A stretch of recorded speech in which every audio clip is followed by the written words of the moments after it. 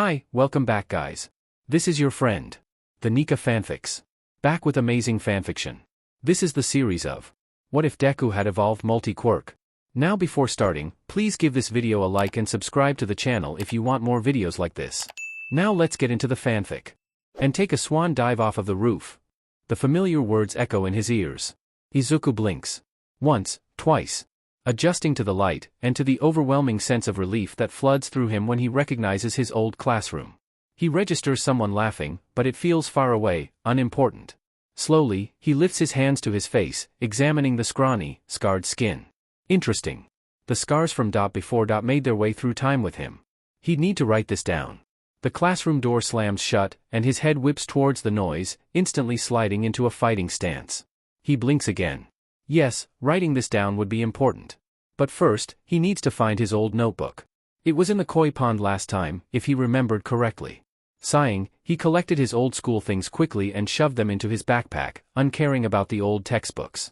Izuku is, for all intents and purposes, a fully grown adult mentally, with carefully honed analysis skills and would have completed his Ph.D. if the apocalypse hadn't happened. He winces at the word, his step faltering. It wasn't that he hadn't named the catastrophic event incorrectly, it was that he didn't like thinking about what exactly that word entailed. A throne of broken, decayed bodies. No, he shouldn't think about it now. All he needs to do is move forwards in light of his knowledge. He was lucky. His friends, his family made sure he made it here. Gaping holes where eyes should be, a faint grimace, long black hair soaked with blood. He tells himself to stop, knowing that death was inevitable in that blood-drenched world. That world, which he had come back to prevent at all costs. As far as he could see, he had three options. Hero, villain, or vigilante. Becoming a hero would be difficult and consuming, but would grant him access to the front lines of the attacks on UA. That would also, unfortunately, make him a priority target, especially with his quirkless status. Becoming a villain would be significantly easier with his skill set, but criminals were typically less trusting, and it would take nothing short of a miracle to get close to all for one. Plus, he was pretty sure the man had at least one empath-type quirk. That left becoming a vigilante. It was the easiest route, and he wouldn't have to deal with public opinion as long as he hid his civilian identity well. In addition, he may even be able to establish himself with his former friends. Yes, former. Izuku knows he can't think of them as his comrades anymore. They have no memories of the bloody remains of the world they survived in together. Engrossed in his thoughts, he almost misses the faint sound of explosions. He jolts, despite the mostly empty streets, filing through the memories he had of this day. That's right. Katsuki, no more calling him by that foolish nickname, was caught in a villain attack and nearly suffocated to death. In the past, it had been his own fault for distracting All Might. A pang of bitterness runs through him. The blonde BSTRD had the audacity to leave a quirkless teenager on a rooftop, of all places, after crushing his dreams. Not a smart move. What was that saying about blondes? Izuku wonders idly, walking over to the site of the attack. The crowd of people make him antsy, but he manages to clamber up onto a street lamp, peering at the fight. Faintly, he hears the heroes yelling something about not taking action because it's a hostage situation. It's difficult to see through the heat, but eventually, he spots the slime. It writhes in joy, cackling and enveloping a familiar head of blonde hair. A red eye meets his, and for a moment, the despair and helplessness in them reminds him of Eri. DMN. Heart-squeezing, he grits his teeth and sprints through the crowd, vaulting over the barricades and ignoring Death Arms shouting as he grabs a hot metal pipe from the wreckage. Weaving through Kamui Wood's branches, he slips his backpack off his shoulders and throws it at the thing's eye. It roars out threats, loosening its grip on Katsuki enough that it doesn't notice him grab the blonde's hair until too late. Schlick. Izuku throws Bakugo behind him, keeping his focus on the immediate threat. After that, it's mostly a blur. He comes to when a blanket is placed on his shoulders. Blinking, he watches several pro-heroes crowd around him and Katsuki. Surprisingly, the other boy is silent, but Izuku catches him rubbing his scalp. Oh. I pulled him out by his hair. One of the pro-heroes, Kamui Woods, reaches down and pulls the metal pole out of his grasp. He jumps, surprised he's still holding it, but allows it to be taken, reminding himself he's out of danger, he's safe. Kid. That was extremely reckless. You shouldn't have charged in like that, you could have gotten yourself killed, and you're extremely lucky Kamui managed to restrain that villain before he hurt you. That's not what happened. The air chills as Izuku's eyes narrow, annoyed with the heroes. These ones had been some of the first to die, too busy flaunting their quirks and making themselves easy targets of his wrath. Idiots. Thoroughly done with being scolded, Izuku stands up, taking the remains of his backpack from backdraft and ignoring Death Arm's calls to come back. Evading the throngs of people, he falls back into his usual walk home, deciding to forego the notebook shopping for another day. His mother probably saw the news, and he didn't want to make her worry. His mother. He hadn't seen her die, per se. It might be horrible for him to think, but he wishes he had. Knowing her fate for certain would have been preferable to waiting for months on end, praying and hoping that she'd return until he was forced to move. The streets were familiar, yet no longer deathly silent, crumbling city blocks filled with prowling monsters, rather peaceful and calm. If only they could be here to see this with me. If only. Loud footsteps, followed by a swish of air, make him leap back, dropping into a fighting stance. I am here. Oh, it's just the dumb blonde. Izuku sighs, watching the number 1 steam slightly, before shrinking to his skeletal form. I guess I should act surprised. All Might? What happened? He puts a little awe and fear into his tone, channeling his long-dead fanboy as his eyes widen. All Might laughs, a little too loudly for Izuku's liking, then proceeds to cough out blood. His concern isn't feigned as he holds out a handkerchief to the emaciated man. Does he even eat? Thank you, young man. I'd like to speak to you about why I look like this. And well, your interference with the fight earlier. He has the decency to sound sheepish about not stepping in, at least. Izuku nods, doing his best to look curious. This should be good. Your Quirk.is transferable? Okay, he hadn't expected that. Sure, All for One publicly humiliated the man by saying the quirk came from him, but judging by what All Might just told him, the quirk hasn't been in All for One's hands in a long time. Indeed. And I'd like to transfer it to you, if you're willing. I believe you'd be a wonderful candidate for One for All. Izuku hadn't expected this. He'd survived the apocalypse because he didn't have a quirk. There wasn't anything interesting about him that might garner the interest of villains. Well, the Nomu attacked pretty indiscriminately, but still. Wait. Wouldn't this be the perfect cover? If he accepted All Might's quirk, he could have a perfect civilian identity cover, and get things done more efficiently. No one would suspect a hero course student, after all. It also puts a huge target on my back. Carefully, Izuku thinks over the information he has. All Might just told him it's a stockpiling quirk, which means that 8 people before him have used the quirk and given the quirk their energy. Or maybe something else. Izuku still has some questions about that, but a quirk would be a helpful tool in his arsenal. As would All Might's backing, and if he played his cards right, he might even be able to get the proper weapons to kill the League. With his additional knowledge of Aizawa's class and coworkers, he could give them information to improve their quirk usage and make allies. Plus, he might have a chance to get Nizu in the loop, as much as possible without permanently changing the future, and bounce strategies off the Chimera. Alright. I'll become your successor, but I have a couple of conditions. Izuku looks the symbol of peace in the eye, determination seeping through every pore of his body. For a moment, All Might doesn't see a young boy standing before him, rather a seasoned warrior, striding onto a battlefield with purpose. Mom? Are you home? A blur of green flies at him, and he forces himself to stay still and catch his mother. The familiar smell of her perfume invades his nose, accompanied by the comforting smell of Katsudon. God, how long had it been since he'd had hot food? Izuku, are you okay? I saw you on the news, you were so brave. I can't believe you saved Kastuki. How are you feeling? Did you get hurt? Did the medics clear you to Leah? Inko trails off, feeling her son's body shudder violently as he hugs her tighter. I'm fine, Mom. His voice is thick, almost choking on his words. It's been so long. Are you sure? Do you need me to take you to the hospital? 2 DMN long. No, I'm just not happy to see you. In another life, Izuku Midoriya might have been a true hero. Unfortunately, this Izuku Midoriya doesn't have the luxury of waiting to become a hero. Not with his knowledge of the bloody future. All Might has been training him the past couple of months. He decided that Izuku should be giving back to the community, and ordered him to clean up Takoba Municipal Beach Park. It was pretty, once. Now, it's a junkyard. Not that Izuku minded. May would have gone crazy over the amount of scrap metal there was here. Well, at least it wasn't going to waste. He hacked into the police records and found out where she lived, then sent the trucks to the location. Knowing her, it would keep her satisfied for days. If she even accepts scrap metal from some random stranger. Sighing, Izuku succumbs to the heat and pulls off his shirt. All Might went to grab them lunch and drinks to prepare Izuku for their talk. One of Izuku's conditions for accepting One for All was knowing the full story behind it. He wouldn't be able to utilize the power if he didn't even know its history. Young Midoriya. How is it? The footsteps approaching him slow, and Izuku turns to see a stricken look on his mentor's face. All Might? Izuku asks, confused by the man's strange expression. Where did you get those scars?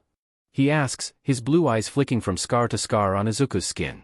After he'd come back, he noticed his scars and reflexes came back with him. Maybe he should have kept his shirt on.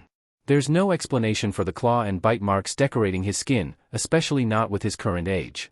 Sir, with all due respect, I'm not comfortable talking about them.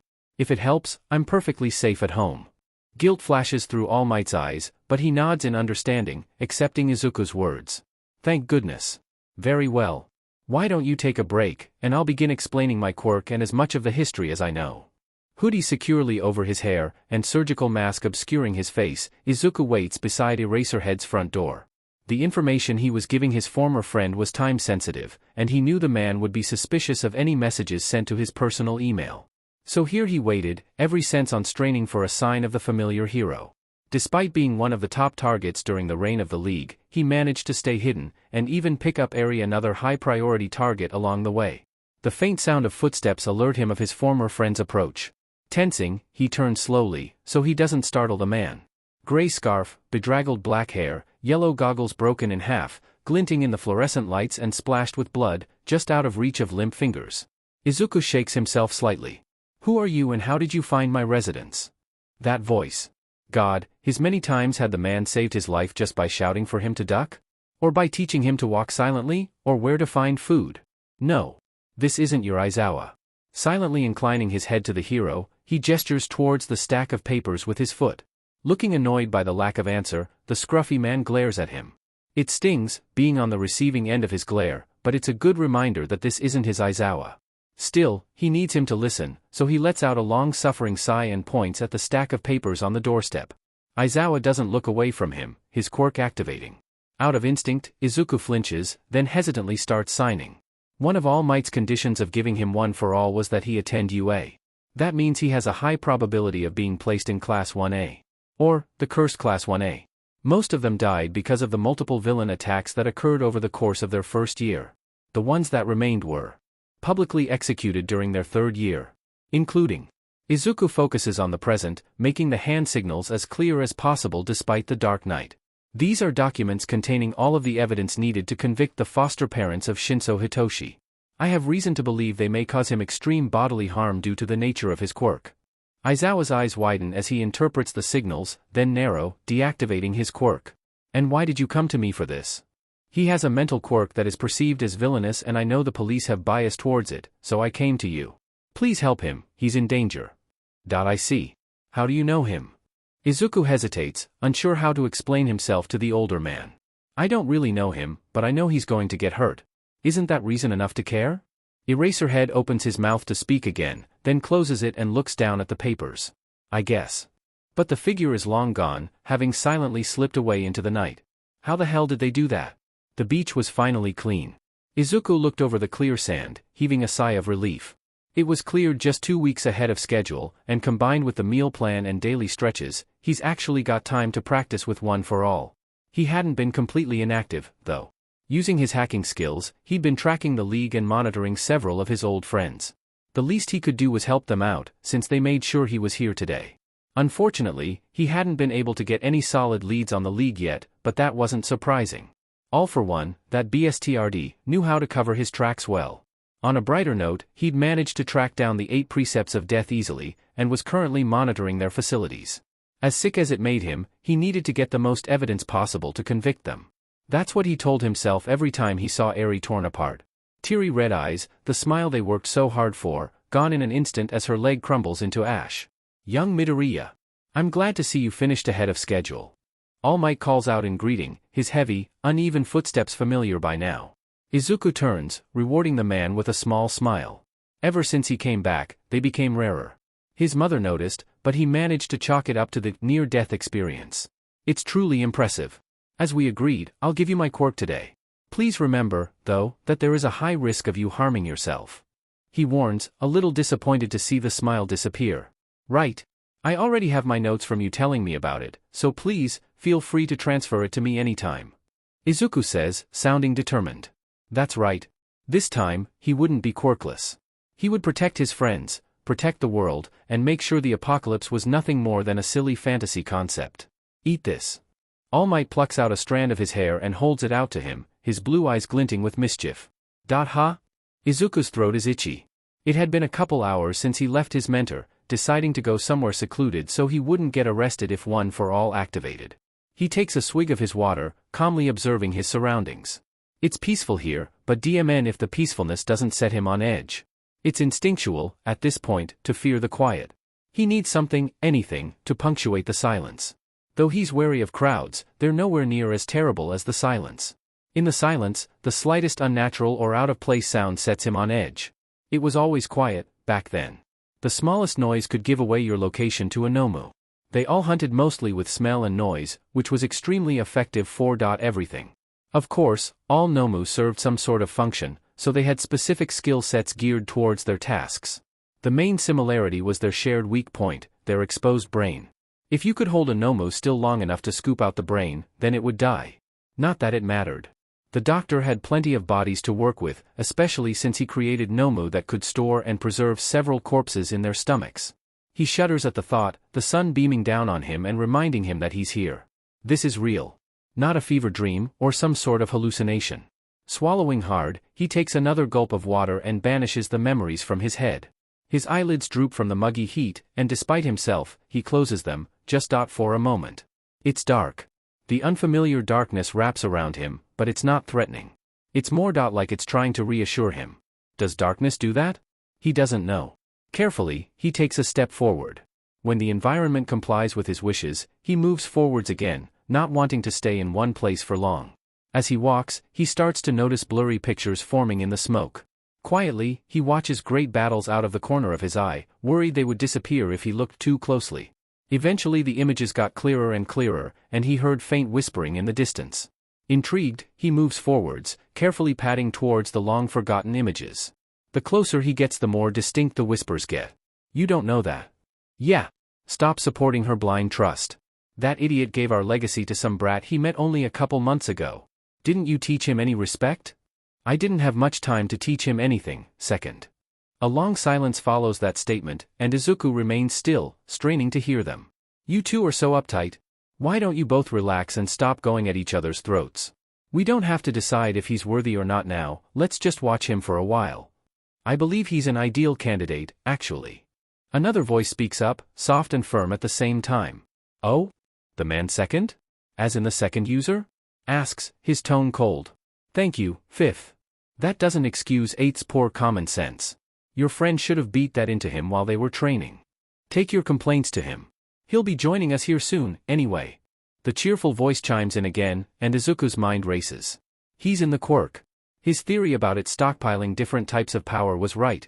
He practically vibrates with excitement, but decides to contain himself and at least try to speak to the voices he's been hearing. Silently, he slinks forwards, moving through the shadows with practiced ease. After a moment, he spots them. There are 7 of them, sitting in a sort of circle. 3 stand. 1 leaning against the smoke as if it were a wall, while 3 others sit, 1 with their hands clasped tightly around their knees, and 1 lays down, his glowing expression peaceful. None of them looked older than their 40s, and almost all of them wore some form of hero costume. Hello there. Am I correct to assume you are the previous users of this quirk? Izuku asks, watching the shadowy figures flicker and jump back in surprise, 1 even letting out a shriek of surprise. Their heads whip to him, and he notices 1 with an old military buzz reach for the katanas at his hips. Yikes. I am the new holder of One for All, and I'd like to ask you some questions, if that's all right. He tries, watching them stare at him with various levels of horror. It's the one who was laying down that speaks up, identifying themselves as the cheerful one from before. Oh. My. God. He died. I can't believe he freaking died before he could even use One for All. Izuku winces at the volume, but watches the man with the buzz-cut sigh and grumble. I knew this was a bad idea. Second. He's not wrong. I mean, look at the poor boy. A new person exclaims, shooting Izuku a pitying look from under their bright blue bangs. Izuku's eye twitches. There goes the world's chance at beating my brother. A man with long white hair mutters pessimistically. His eye twitches again. First. Come on, 7th, you know he's right. Izuku's entire body twitches, his annoyance boiling over. I'm not dead. Could you please answer my questions? I'd like to get a handle on this quirk so the apocalypse doesn't happen. If Izuku wasn't so annoyed, he might have found the way they snapped their heads towards him funny. "You're sure you aren't dead, kid?" "Yes. It seems we may have misjudged your situation." "Wait, did you say apocalypse?" Izuku jolts awake, a huge grin on his face. "I did it." He managed to get their quirks, speculations about One for All, and pieces of everyone's backstory. Now, from what Second said, Izuku had a few new speculations about just what the quirk was stockpiling. He asked if there was a center to the quirk, but none of them seemed to know. "I'll have to explore it later." The sun was starting to get low, though, so he needed to at least attempt to use One for All once before going home. Slowly he stretched, then stood up, closing his eyes and reaching out. It was easy to find. The unknown void he had before was suddenly full, crackling with raw power. It was easy to dip into, but his arm felt like it was going to break. Wait. Why was he focusing it on one part? No, that's foolish. He was the 9th user, so of course there would be a lot of power. He needed to distribute the power, make sure it didn't break him in the process. Ozone filled the air as the power spread through his veins, making him feel lighter than air. Experimentally, Izuku turned towards a tree near him and punched it. Crack. With a groan, 4 trees toppled over, crashing into each other and making dozens of birds flee the scene. Whoa! Izuku stares down at his glowing self, marveling at how easy it was. Feeling a little more confident, he turned towards another tree, scooping out a little more power and distributing it across his body. Carefully, he took a step forwards, only for the ground to crack under his feet. Eyes wide, he looked down at the spiderweb dirt, washing over him. He took another step. Nothing hurt so far, which was good, but he'd need to test just how much power he could use, and practice fighting with the new speed and power behind his punches. If he was anything like All Might, he could murder someone very easily. Good. That night, he returns home with a huge grin on his face. "All Might?" Izuku tries his best to sound sheepish. "Yes, my boy? Do you need something?" Thankfully, he modified his phone to work with virtually no signal, otherwise calling from a gorge would be difficult. "Sir, I'm kind of stuck." "Stuck? Where?" "Well, I was using Black Whip to propel myself through the trees, and I kinda got stuck this weird WHOA. Young Midoriya? All Might, I'm floating." "I'm sorry, what?" The kid's brilliant. Understatement of the century. He's actually using One for All to its full potential. I told you so. It seems all of that determination is paying off. So you're telling me that One for All has been stockpiling the quirks of its previous owners, and I didn't know? All Might's eyes are wide as he leans over the table, clutching his tea like it's the only thing keeping him sane. Izuku nods, holding out his hand and showing his mentor a tiny black whip curling around his fingertips. To be fair, I think it might have taken a while to gather enough power to actually use the quirks it stockpiled. From what I saw, there's also remnants of past users in there too. All Might looks about ready to pass out, and Izuku hands him a handkerchief right as he starts coughing up his remaining lung. "Well, I believe you, but it's just so hard to wrap my head around it, if that makes sense," he says, delicately patting the blood from the corners of his mouth. Izuku nods sympathetically, his long green curls bouncing in the sunlight. "If it makes you feel better," Nana said to say hi. Blood splashes all over the table, and All Might keels over in a coughing fit with a loud thunk. "Did I say something wrong? Honey, do you have everything you need?" Inko calls, sounding worried. She'd accepted him going to UA, and took his new quirk in stride. Of course, he didn't tell her everything, but he sat down and explained that it was given to him by a mentor, and that becoming a hero was honoring the mentor's wishes. Thankfully, she didn't ask much, a flinty glint in her eyes when he explained that, no matter what, he'd be safe. He felt bad about that lie, but he didn't have much of a choice. She was already worried about him becoming a hero, no need to give her a heart attack by saying he was planning on murdering supervillains. Gathering up his costume papers and other official forms, he put them neatly inside his folder and set it on the side of the table. "I'll have to make some amendments to the costume, and hopefully get May to make me support items." From what he remembered, she said she was in support for 3 years, before getting paranoid and taking off right before the public executions. She still made stuff after that, but she had to be pretty cautious. Then, once the Nomu were released, she worked with what she had. Sighing, he pulls on his shoes, trying to banish his dark thoughts. "Yeah. I'm heading out now." He calls, surveying the apartment one last time. "Good luck." Izuku stares up at the huge building, a feeling of foreboding creeping up on him. It wasn't a threatening structure, per se, but he'd seen far too many deaths happen here. Rivers of blood and the smell of rotting bodies, anguished screaming, hands outstretched as if warning off any looking for safety. He shakes himself, earning a couple weird stares. Oh well. It's not like he could help his flashbacks, and they were much better than nightmares. Tensely, he walks forwards, careful not to bump into anyone else. As he walks up the steps, he notices a head of spiky blonde hair in front of him. Twisted bodies, beaks ripping open his stomach, his arms long gone, his screams suddenly stopping. Are you okay? Someone asks, and Izuku flinches instinctively. Behind him, a brown-haired girl gives him a worried look, her hand outstretched as if to touch him. Looking closer, the ends of her fingers are more circular and seem to have some sort of padding. A 5-point activation quirk? Blinking, he focuses on her concerned face and shoots her a small smile. I'm fine, Mississippi. Thank you for asking.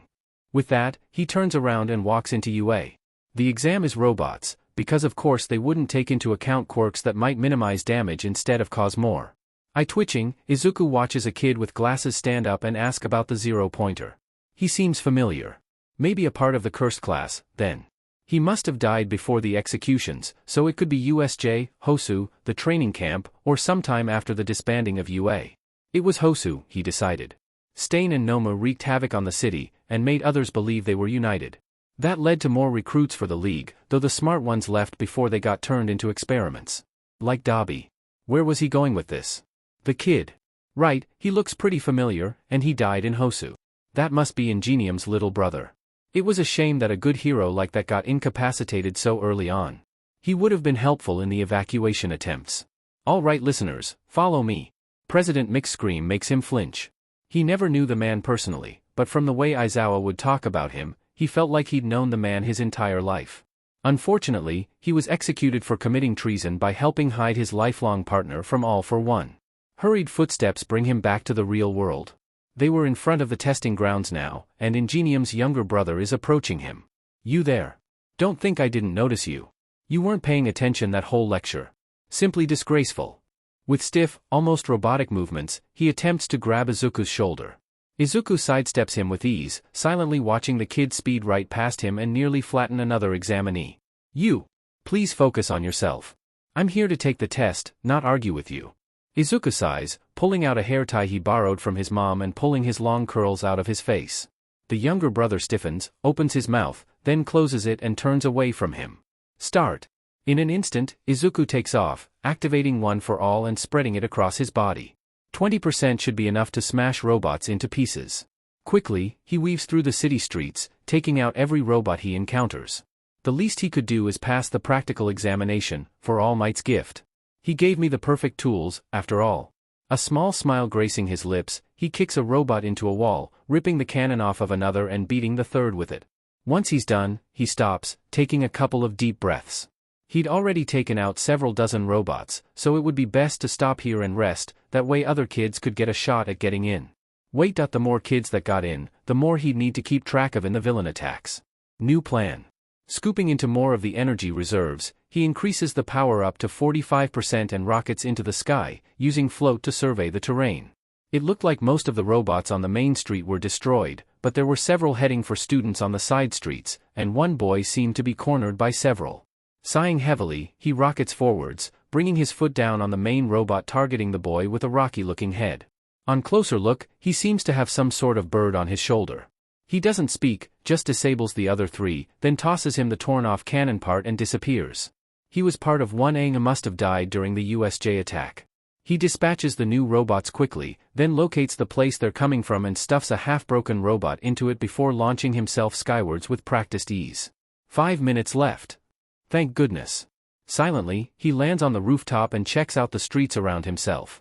A couple more robots come from a new location, but now it's late enough that he can afford to let them go. Quietly, he watches the destruction, crouched on the ledge, ready to intervene in case anything bad happened. He'd heard the horror stories about the exams, and though they might have been exaggerated, he didn't want anything bad happening. 1 minute left. Izuku's instincts flare up, and following them, he turns to see a huge robot approaching the kids below. A little overkill, Nizu.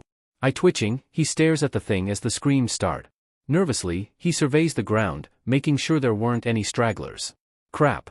Izuku spots the girl from a couple hours ago trapped under rubble, a desperate expression on her face as she tries to pull her leg out from a piece of rubble. God damn it. Activating One for All at the highest percent he can manage, he throws himself off of the building and uses float before he becomes a splatter of blood in the pavement. Quickly, he grabs the piece of rubble trapping her and lifts it up while holding his free hand to her. She grabs him, eyes pricking with tears and determination. Come on, come on. Careful not to jostle her leg, he picks her up and sprints away from the robot, skidding out of the city gates right as President Mike screams. Time's up. The exam is over, please make your way back towards the gates. Izuku sighs, deactivating One for All and looking down at the girl he was carrying. Do you feel alright? I can take you to Recovery Girl if you. The girl gives him a sunny smile, and he blinks, pausing his speech. It had been a while since someone smiled at him like that. Like he was. Thank you. No problem. He spots Recovery Girl and walks straight over, giving her a nod. She looks surprised he recognized her, and a soft smile accentuates her wrinkles. Why don't you set her down, young man? I can get her healed up quickly. Yes, ma'am. Gently, he sets the girl down, stepping back and checking himself for injuries. Feels like nothing more than a couple bruises, which is much better than last time. He winces at the memory of almost fracturing his bones just by walking with a percentage over his comfort level. Thankfully Third's quirk was a form of regeneration, otherwise he would have been screwed. There isn't much more I can do here, so I guess I'll go home. Hopefully, the robots he did get would be sufficient enough to get into UA, but if they weren't, then he'd already secured his spot at another, normal school. It was all or nothing at this point, so if he did get this hero cover, he was basically in the clear with putting his more dubious plans in action. Stuffing his hands in his pockets, he walks off of campus, unaware of the cameras watching him. That kid. Did he have multiple quirks? Midnight asked, peering at the screens in confusion. It says here he has an energy stockpiling quirk that manifests in different forms depending on his mood. Aizawa says dryly, casting a suspicious look over at the rat creature in the seat. Nizu was grinning, showing off his sharp teeth as he watched the student walk off of campus grounds, his mind whirling with possibilities. Our newest crop of students will make this year very interesting. The faculty felt a chill go down their spines at their boss's glee. A couple shot Vlad King and Eraserhead sympathetic looks, and the scruffy hero let out a long-suffering sigh, wondering not for the first time if it was too late to choose another career path. Izuku was making final fixes to his costume plans when his mom calls for him, sounding slightly panicked. Izuku, honey? It's here. He stiffens, then relaxes when he realizes she isn't in danger. Oh, she must mean the letter from UA. Izuku stands, sliding the piece of paper into his folder and walking out to grab his mail. Thanks, Mom. You want to open it together? She gives him a watery smile, but pushes him into his room, claiming he should read it by himself in case she distracted him with her crying. The highest overall scores. In the history of UA. But that didn't make sense. He'd purposefully made some of his answers wrong, and didn't even do half as much damage as some of his competitors did. Hell, he was pretty sure. Well, maybe he shouldn't have been so sure. This might draw attention to him, but he could make it work. As long as he acted the part of an innocent hero in training, they wouldn't suspect him of systematically destroying villain organizations. Picking up his phone, he sent a quick text to All Might.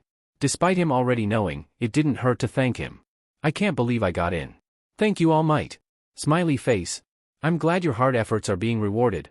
If you have any further questions, feel free to contact me with this number. You got it. With that, he went to tell his mom the good news, giving his computer a long look. I'm coming for you soon, Eri. Twitching, Izuku attempts to tie the tie for the 100th time this hour. It's on my neck, so I'm not technically breaking the uniform. Pushing down his annoyance, he kisses his mom on the cheek goodbye and putting on his shoes. He decided to save money and keep his yellow backpack, despite how bright it was. I'm leaving now. Have a wonderful first day, baby. I'm so proud of you. His eyes pricked with tears, and he smiles genuinely, giving his mom one last hug before sprinting for the train station. Shouting comes from the other side of the door. Izuku eyes it, not really wanting to go in. If it's loud enough to hear from out here. A series of crackling pops are audible, and he winces. Katsuki wouldn't make it long if he kept on using his quirk so recklessly, potential or no potential. Are you going to go in? A voice comes from the floor. Izuku looks down and spots a familiar scruffy man in a bright yellow sleeping bag. Yeah. Would you like me to leave the door open for you? He offers, watching Aizawa's eyes narrow slightly. Sure. Izuku nods, then pulls open the door. Chaos greets him, several people out of their seats, and Katsuki and Ingenium's younger brother yelling at each other. What a pain. It's you. Something launches at him, and he flinches, stepping out of its path. The brown-haired girl from the exam speeds past him, nearly trips, then rights herself with a sheepish look. Sorry about that. I just got a little excited. I wanted to thank you for saving me during the exam. She smiles up at him, and he gives her one in return, spotting the only empty seat which is behind Katsuki. Oh joy. I'm Ochako Uraraka. What's your name? She's enthusiastic. I'm Izuku Midoriya. It's nice to meet you. If you don't mind, I'd like to set my backpack at my desk? She understands his request immediately, giving him a big smile. Of course. I just wanted to make sure I knew my savior's name. Izuku nods, flashing her another smile before plopping into his seat. The blonde boy in front of him takes no notice, too busy arguing with Mini Ingenium. That's fine. He has the feeling Katsuki wouldn't take his presence well. Now, what was on the agenda today? He pulled out his pencil, then paused as a bright yellow sleeping bag inched through the door. Go somewhere else if you want to play at being friends. Looks like I'll have to write later. The entire class jumps, then turns to see the Caterpillar Man sleeping bag thing on the floor. Welcome to UA's Heroics course. Aizawa unzips his bag a little, then takes a gulp of his jelly pack. The jelly pack disappears, and he steps out of the sleeping bag, gliding it neatly and storing it behind his desk. I'm Shota Aizawa, your homeroom teacher. Everything from his movements to his mannerisms is so familiar that Izuku's heart aches. He has to keep reminding himself that it isn't his Aizawa, that he doesn't remember the same things Izuku does. Start. A tendril of black whip slams into the ground at the end of the course, and he's yanked forwards, using float at the last second so he doesn't get whiplash. 5 seconds. Izuku lets out a sigh, and the tendrils disappear as he trudges back to the rest of the group. The last test is the ball throw, and he can practically feel Katsuki burning holes into the side of his skull. He's tired. He hadn't got much sleep last night, too busy with his new lead on Dabi. Izuku found him, thankfully, but he's running on 4 hours of sleep, and all of this physical exercise is tiring. Rubbing his eyes, he almost misses Aizawa calling him Midoriya.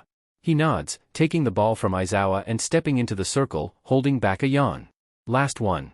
Activating one for all, he spreads it across his body and pulls his arm back, wrapping his elbow and shoulder with black whip to adding extra bracing. Then, he winds his arm back, and throws as hard as he can, the ground cracking under his feet. 3,459.2 meters. He heard several murmurs at Aizawa's announcement, but he was really too tired to care. I need to train myself to work efficiently with little sleep again.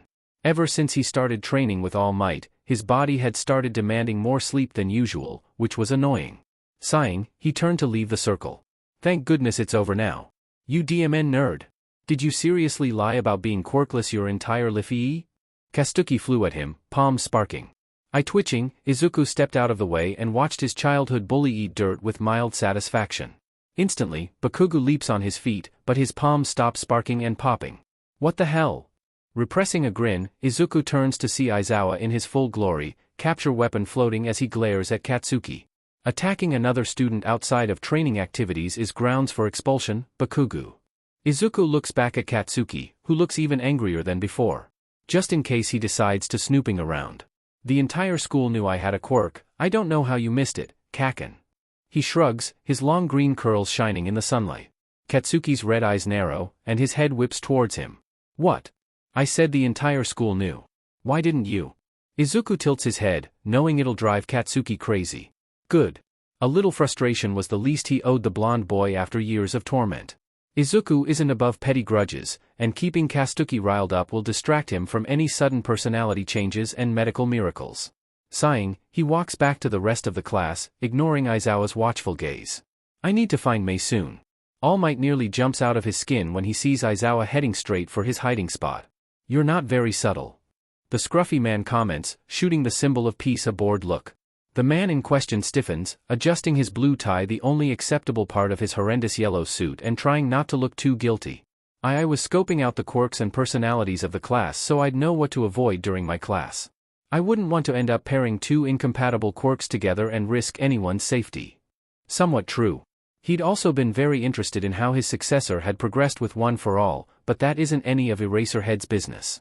Well, if that's the case, you should have a pretty good guess as to who not to pair together already. All Might stiffened again, then cleared his throat and pulled out a pen and notepad he'd brought along just in case. Yes. I've noticed that young Bakugo and young Midoriya seem to have some sort of rivalry. The symbol of peace is hesitant to even label it as that, since it seemed entirely one-sided. And? Aizawa prompts, knowing that the man's teaching license was still new and that it was better to facilitate observations than assume the other made them. That often led to miscommunication, which was a killer in underground heroics. Well, I noticed young Todoroki wasn't using the fire part of his quirk. Has this behavior been consistent? All Might asks, eyebrows furrowing slightly. Aizawa would raise an eyebrow in surprise if he had the energy. Correct. So far, he hasn't used his fire once. I'll be keeping an eye on him, maybe look into some reports of how he got that scar. All Might nods, looking more than a little relieved the other man was receptive towards his observations. As experienced as he was being a hero, teaching children was entirely different ballgame, and he knew it. I was thinking that we should avoid putting him with the girl with the frog quirk. At least, I think it's a frog quirk. Frogs don't do well in the cold, in my experience.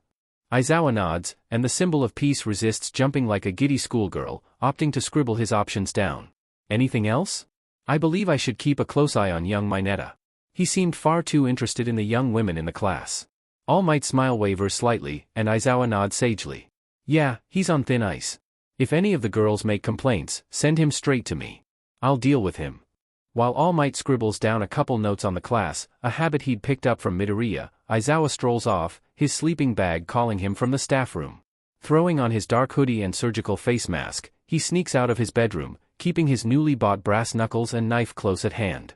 Izuku found Dabi in the shadier part of town, so not bringing a weapon was basically asking for trouble.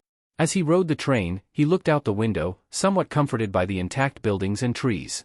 Eventually, he found Dabi's apartment. It looked unoccupied, which was fine by him. He could wait on his couch. It would add a better scare element anyways. Silently scaling the rusty fire escape, he slipped through Dabi's open, cracked window. Peering inside, he spots a couch. Perfect. Who the F are you, and why are you here? A raspy voice hisses. Sounds like he's back. Tucking away his phone, Izuku looked over the couch, raising an eyebrow at Dabi's messy hair. Hold on, is that a red feather? Blinking, Izuku coughs to hide a laugh, sporting a huge grin under his mask. He figured Dabi was gay, but screwing the number 3 hero? Considering his prior experience with heroes. If that doesn't scream issues, I don't know what does. Codename, Dabi. Quirk, cremation. Blue flames that burn his skin when he uses it too much. Has several living relatives, not in contact with any. Current job status, unemployed. Izuku lists off the burned man's information, watching his brilliant turquoise eyes widen in the moonlight. How? I'm here to offer you a deal. He interrupts, knowing he needs to get some sleep before tomorrow's meeting with May. Dabi stiffens, his eyes narrowing with distrust. That old BSTRD sent you, didn't he? No, I wouldn't ally myself with scum like Endeavor. Would you like to hear my deal, Toya Todoroki? Izuku pulls off his hoodie and tosses the weapons into his desk drawer, letting out a huge sigh. I did it. He found Dabi and talked him out of joining the league, his biggest regret in exchange for getting Shudo Todoroki out of Endeavor's custody. Now, all he needed to do was hack into Endeavor's agency and find his private medical professional that treated training injuries. They kept a pretty meticulous record, from what Dabi said. Collapsing onto his bed, he didn't even have the energy to pull up his covers before drifting to sleep, a small smile on his face. Quietly, Izuku followed the map on his phone to the support course lab. Faintly, he could hear banging, but he plowed forwards, determined to get this done. Once he reached the steel door, he pocketed his phone, then stepped backwards with practiced ease as the door blew off of its hinges and slammed into the opposite wall. Typical May. Handsome. It's supposed to explode like that. A lopsided smile on his face, he flicks his fingers, clearing the smoke caused by the explosion. Power Loader and May looked up from her messy workstation, along with several other kids he assumed were in this class. May Hatsum? I'm the one who's been sending you material all summer.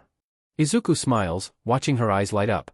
Power Loader gave him a look too, probably wondering who he was. It was you. Wait. Why would you do that? Are you trying to sabotage me? May points her finger at him accusingly. No, I'm a scenario TWC5. Izuku says, watching her reaction carefully. Thankfully, she always prepared for every scenario, and that's why he could indirectly tell her he was a time traveler. She thinks for a second, before her eyes widen, and her face pales. Seriously? Are my babies okay? Not exactly. Izuku winces, rubbing the back of his neck. She jumps, looking over the still smoking machine behind her. Come with me. Power Loader just watches the strange interaction, dread growing in his chest. So I need you to make me support items that the teachers didn't approve of so I can deal with the people that start all of the trouble. Izuku finishes, a strange sense of lightness in his chest now he's told someone else. I can do that. Except well you know Nizu might say no, right? She says, glancing at the camera on the wall. Izuku chuckles at her worry, pulling out his phone and waving it in front of her face. I put the cameras and audio on loop so he can't hear us. Mei's eyes widen and she stares at the phone in awe. You seriously hacked into the system? She squeals, lunging for his phone. He dodges, hiding it away from her sight. Yeah. Izuku shrugs. How? I've been trying for days. She complains, her yellow eyes searching for any sign of the device. It wasn't that hard. Anyway, do you agree or not? I need them done in 2 days, and I need them perfect. Can you do it? Izuku asks, adding a bit of challenge to his tone. Mei immediately forgets the phone, eyes narrowing at his tone. Yeah, I can get it done. You got the drawings? He nods, handing the papers over to the pink-haired girl. She reads over them, eyes lighting up the more sheets she goes through. And these need to be able to hide in your hero suit? Yes. I made sure it had lots of pockets, so as long as they aren't super bulky it'll be fine. Also, you've made these before, so please, don't add too much on. As entertaining as randomly exploding things are, I'm counting on you making these work the way I need them to. Mei's eyes flick up to him, taken aback by the pure desperation in his eyes. Is the future that bad? Okay, I can do that. I'll need your costume though. You don't have any sort of hero training coming up, do you? Not that I know of, but I can wear my gym uniform if you need the time. Izuku says, internally sighing with relief. Okay. I'll tell Powerloader-sensei you requested support items and I need to examine the suit and make measurements. Thank you, handsome. None of that. I'm Mei, and you're Izuku, got it. Scattered pieces of metal, scorch marks, a spray of blood and grayish-pink hair peeking out of a pile of rubble. Yeah, Mei. Today, you'll be picking the class representative. Izuku sighed in relief. He didn't know if he could function properly in an exercise without good sleep. Katsuki's elbows are on his desk again, but he doesn't have the energy to care, tuning out the class's eruption and Ida's yelling. Sleepily, Izuku looks around, spotting a girl with a black ponytail. Ah, she's that heiress that tried to suicide bomb All for One with antimatter. What was her name? Momo Yaoyorozu. Yes, she'd be the perfect candidate for a position of power. Scribbling her name down, he placed it in the bin and walked back to his seat, ready to grab a quick nap. His eyes drift shut, but he still takes in the noises around him, alert for any changes. I have counted the votes. The person with the most votes was Yaoyorozu. Does anyone object? No one spoke up. Yaoyorozu, please step forwards and choose a vice president. Aizawa says, sounding more tired than usual. Well, that makes sense. He's dealing with Hitoshi and his husband now. Though it was hard to get Hitoshi's trust, once you did earn it, he'd die for you. Scars reopened, blood bubbling out of his clawed-up throat, eyes open wide with a defiant, blood-stained snarl on his face. Izuku Midoriya, please report to my office. A voice crackles through the intercoms. I was wondering when he'd summon me. Sighing, Izuku pocketed his phone and walked out of class, ignoring his classmates staring. Here we go. Principal Nizu. He nods in greeting as the doors to the Nizu's office open. The Chimera smiles in return, hiding his teeth. Izuku steps inside, taking the initiative to sit in the chair across from the tea-drinking menace. He hadn't seen him die, thankfully. Nizu knew his quirk was valuable, and managed to disappear before the villains caught him. Would you like some tea? He's very polite. Sure. Do you have any black tea? Nizu keeps smiling, pulling a box of tea from nowhere and setting the bag inside of the cup before pouring the water into the cup. Then, he pushed a pot of sugar towards Izuku. Thank you. It's no trouble. Especially since I called you up here so suddenly. Nizu reasons, a knowing glint in his eyes. Well, him knowing was inevitable, anyway. It's all right. I'm sure you have a reasonable explanation for everything you do. Izuku sips his tea, thankful for the heat to wake him up. Doesn't mean I'll admit it. Not when it could mess up the timeline. I do. See, I was wondering if you had any experience with programming? I had a camera loop the same footage for an hour and a half this morning, and I need a second opinion on the issue. Oh. I thought this was about my time travel, not my hacking. Ah, I'm experienced with many different things. But I'm sure the looped footage was only a bit of harmless fun. Izuku shrugs, taking another sip of the tea. Nizu smiles a little bigger, a flash of his teeth gleaming in the well-lit room. I see. Well, if you have any other experience you'd like to share with me, here's my personal number. I'm sure you'll make good use of it. The paw slides a piece of paper to Izuku. He does know. For the second time today, he feels a rush of excitement course through him. Of course. It's an honor to be trusted with such valuable information. Is there anything else you'd like to discuss? Izuku asks, setting down his empty cup. No, I believe that will be all for today. Feel free to come up and play a game of chess with me if you ever feel bored. I'm curious if you're as experienced as you say you are. The green-haired boy chuckles, taking the paper from the table and slipping it into his pocket. I'm not that experienced, sir. But I'll make sure to contact you if I ever need to share any of my modest experience with you. With that, he stands up and bows to the principal before heading back to class. As Izuku's handing tools to Mei, a shrill alarm makes him jump and almost knocks over the containers filled with brightly glowing liquid. Izuku! Don't undo all my hard work. Sorry, Mei. The day ends uneventfully, and everyone realized it was a false alarm. Apparently, Yaoyorozu created a megaphone and yelled the proper evacuation procedures at other students. Izuku smiles at the memory of Uraraka telling him that, then spots Shudo. As if sensing his gaze, he turns around, and green eyes meet turquoise and gray. White hair crusted in blood, completely relaxed. It's unnatural. He's never that relaxed. Frost creeps up his body, a frozen tomb half encasing him and his brother's scarred hand gripping his. They cling to each other, even in death. You're Todoroki, right? He calls, shaking the dark thoughts off by walking up to Dabi's younger brother. The other boy nods once, clearly wary of him. That's fine. He doesn't know Izuku after all, and having a BSTRD for a father that got away with everything couldn't help his trust in others. Still, he needs to keep his promise, otherwise. Whipping out his notebook, he scribbled down his personal information. Shudo watches him, something close to curiosity gracing his stoic face. Here. This is my number and address. Izuku holds the paper out to Shudo, watching several emotions flicker through his eyes. Why are you giving me this? It's an invitation, Todoroki. Feel free to talk to me if you feel overwhelmed. I've been told it helps. He leans in for the last part, giving the other a small, understanding smile. After a long pause, he takes it, and Izuku lets out a silent, relieved sigh. I need to start building a case for Endeavor soon. The day progresses fairly normally, Izuku breezing through his classes with ease. Ida and Uraraka were talkative at lunch, and he didn't bother pulling out his notebook and just talked with them. Mei should be done with the weapons by tomorrow. Sighing, he goes back to his notebook, reviewing his plans. First, he needs to deal with Shigaraki, then rescue Eri. Her case is practically done now and notify Sir Night Eye and the police about Overhaul's activities. Then, he can work on Endeavor's case mostly stress-free and wait for All for One to show himself. Once he's out in the open, it's fair game, especially if he levels an entire ward again. Among the rubble and destruction, spots of color. Yellow, blue, green, and red pooling around crushed limbs and unseeing eyes. I am coming through the door like a normal person. Yagi yells, in his large form as he enters the room. Izuku's lips twitch as he watches his entire class get starry-eyed. If he hadn't spent as much time with the man, he'd have the same reaction.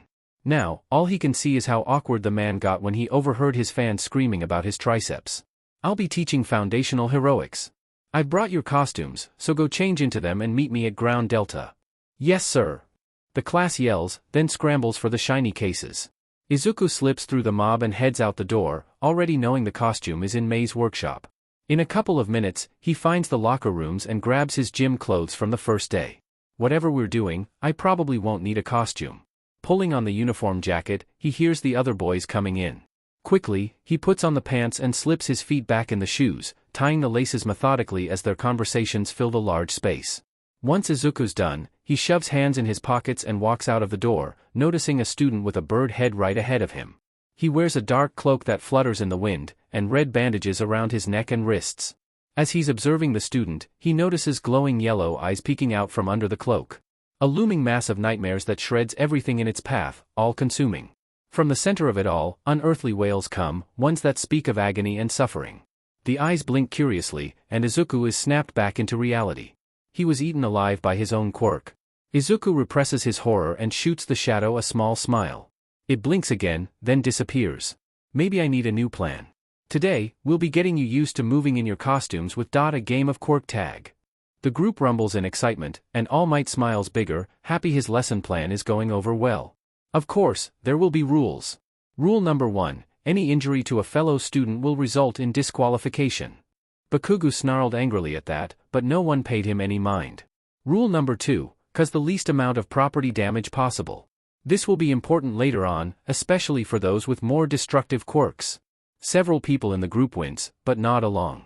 Now, I want you to pick a partner with a complementary quirk. Make sure it's someone you have not met before. If one of you is tagged, then both of you are it. I'll give you 10 minutes to find your partners, then we'll begin. All Might keeps an eye on the class as they scatter, their conversations overlapping with each other. From his vantage point, he notices Midoriya talking with a boy with a bird head and dark clothing. Strange. What happened to his costume? The number one hero decides he'll ask later. It takes a while, but eventually, they form pairs.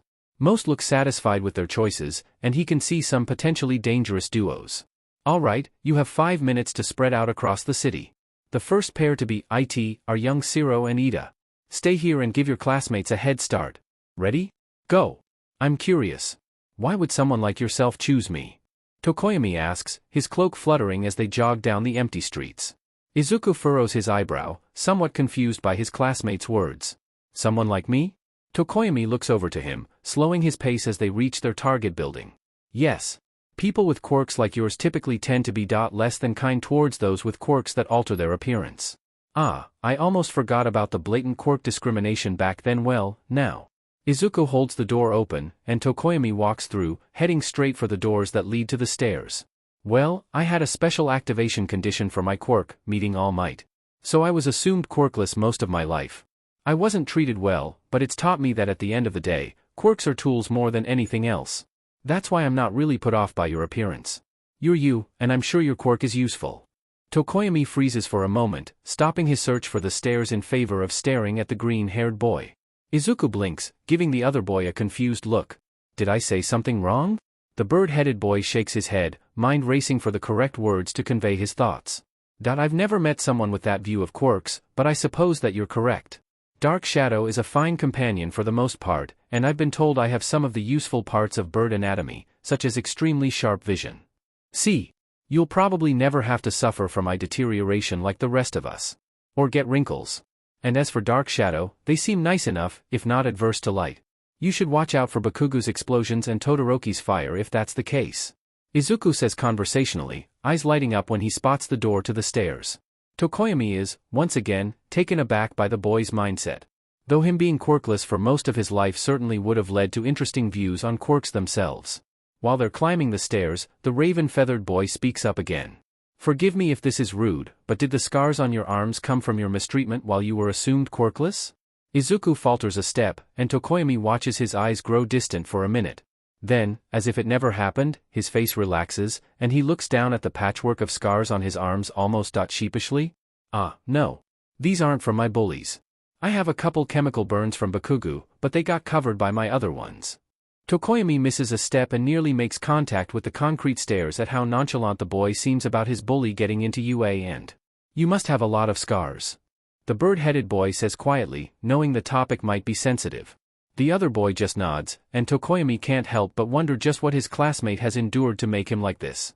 The pair crouch on the rooftop, watching the empty streets below, straining their ears for the faint screams of their classmates. If you don't mind me asking, why did you choose this building in particular? It seems a little specific. Izuku looks over to his classmate, somewhat surprised by the boy's willingness to talk with him. Still, it helps his nerves. It was getting a little too quiet for his tastes. Well, this is the tallest building in the area, and all of the other buildings are at least 5 stories shorter. Because we're one of the only teams that has air maneuverability, we could easily jump to another building and survive. The other teams? Not so much. Tokoyami blinks, surprised by how well thought out the plan was. The green-haired boy is right, he hadn't noticed many classmates that had a quirk to do with flight besides Infinity Girl, but it would be difficult to move properly while under her quirk, while the green-haired boy had tentacles that could easily act as rope. Izuku noticed the dawning appreciation on the other boy's face, and smiles brightly, glad he understood.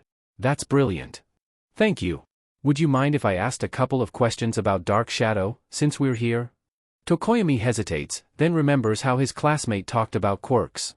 He has a feeling the boy would be understanding of his predicament. Yes, I don't mind. Izuku's eyes light up, and a huge, genuine grin spreads across his face, so bright that Tokoyami winces and shields his eyes. Awesome. So, Dark Shadow is adverse to light. I'm guessing they grow larger during the nighttime, but since they seem to be sentient, does their personality change during the nighttime too? If you were to fight in a pitch-black area, would someone throwing a flash grenade at you affect their performance? Are you planning on becoming an underground hero so your quirk isn't at a disadvantage? Do you have any form of relationship with your quirk? Have you ever disagreed with Dark Shadow on something? Are they capable of disagreeing with you? Are they sustained by the food you eat? Or something else? Does Dark Shadow have wings? If so, have you ever tried to fly with them? Izuku pauses, taking a deep breath and almost starts again until he sees Tokoyami's bewildered expression. Midoriya, I've never. Just give me a moment. I need to think about this. He nods, a look of concerned understanding on his face as he realizes he probably got too carried away. After a long pause, Tokoyami nods, then starts answering his questions. You were correct in believing that Dark Shadow is sentient and grows during the nighttime. Their personality does tend to grow more stubborn at night, and I'll admit, it's a struggle reining them in the lower the light is.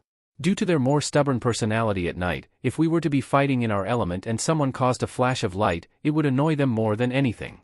I haven't thought about what type of hero I want to be, but being an underground hero would have its benefits if I gained more control over Dark Shadow.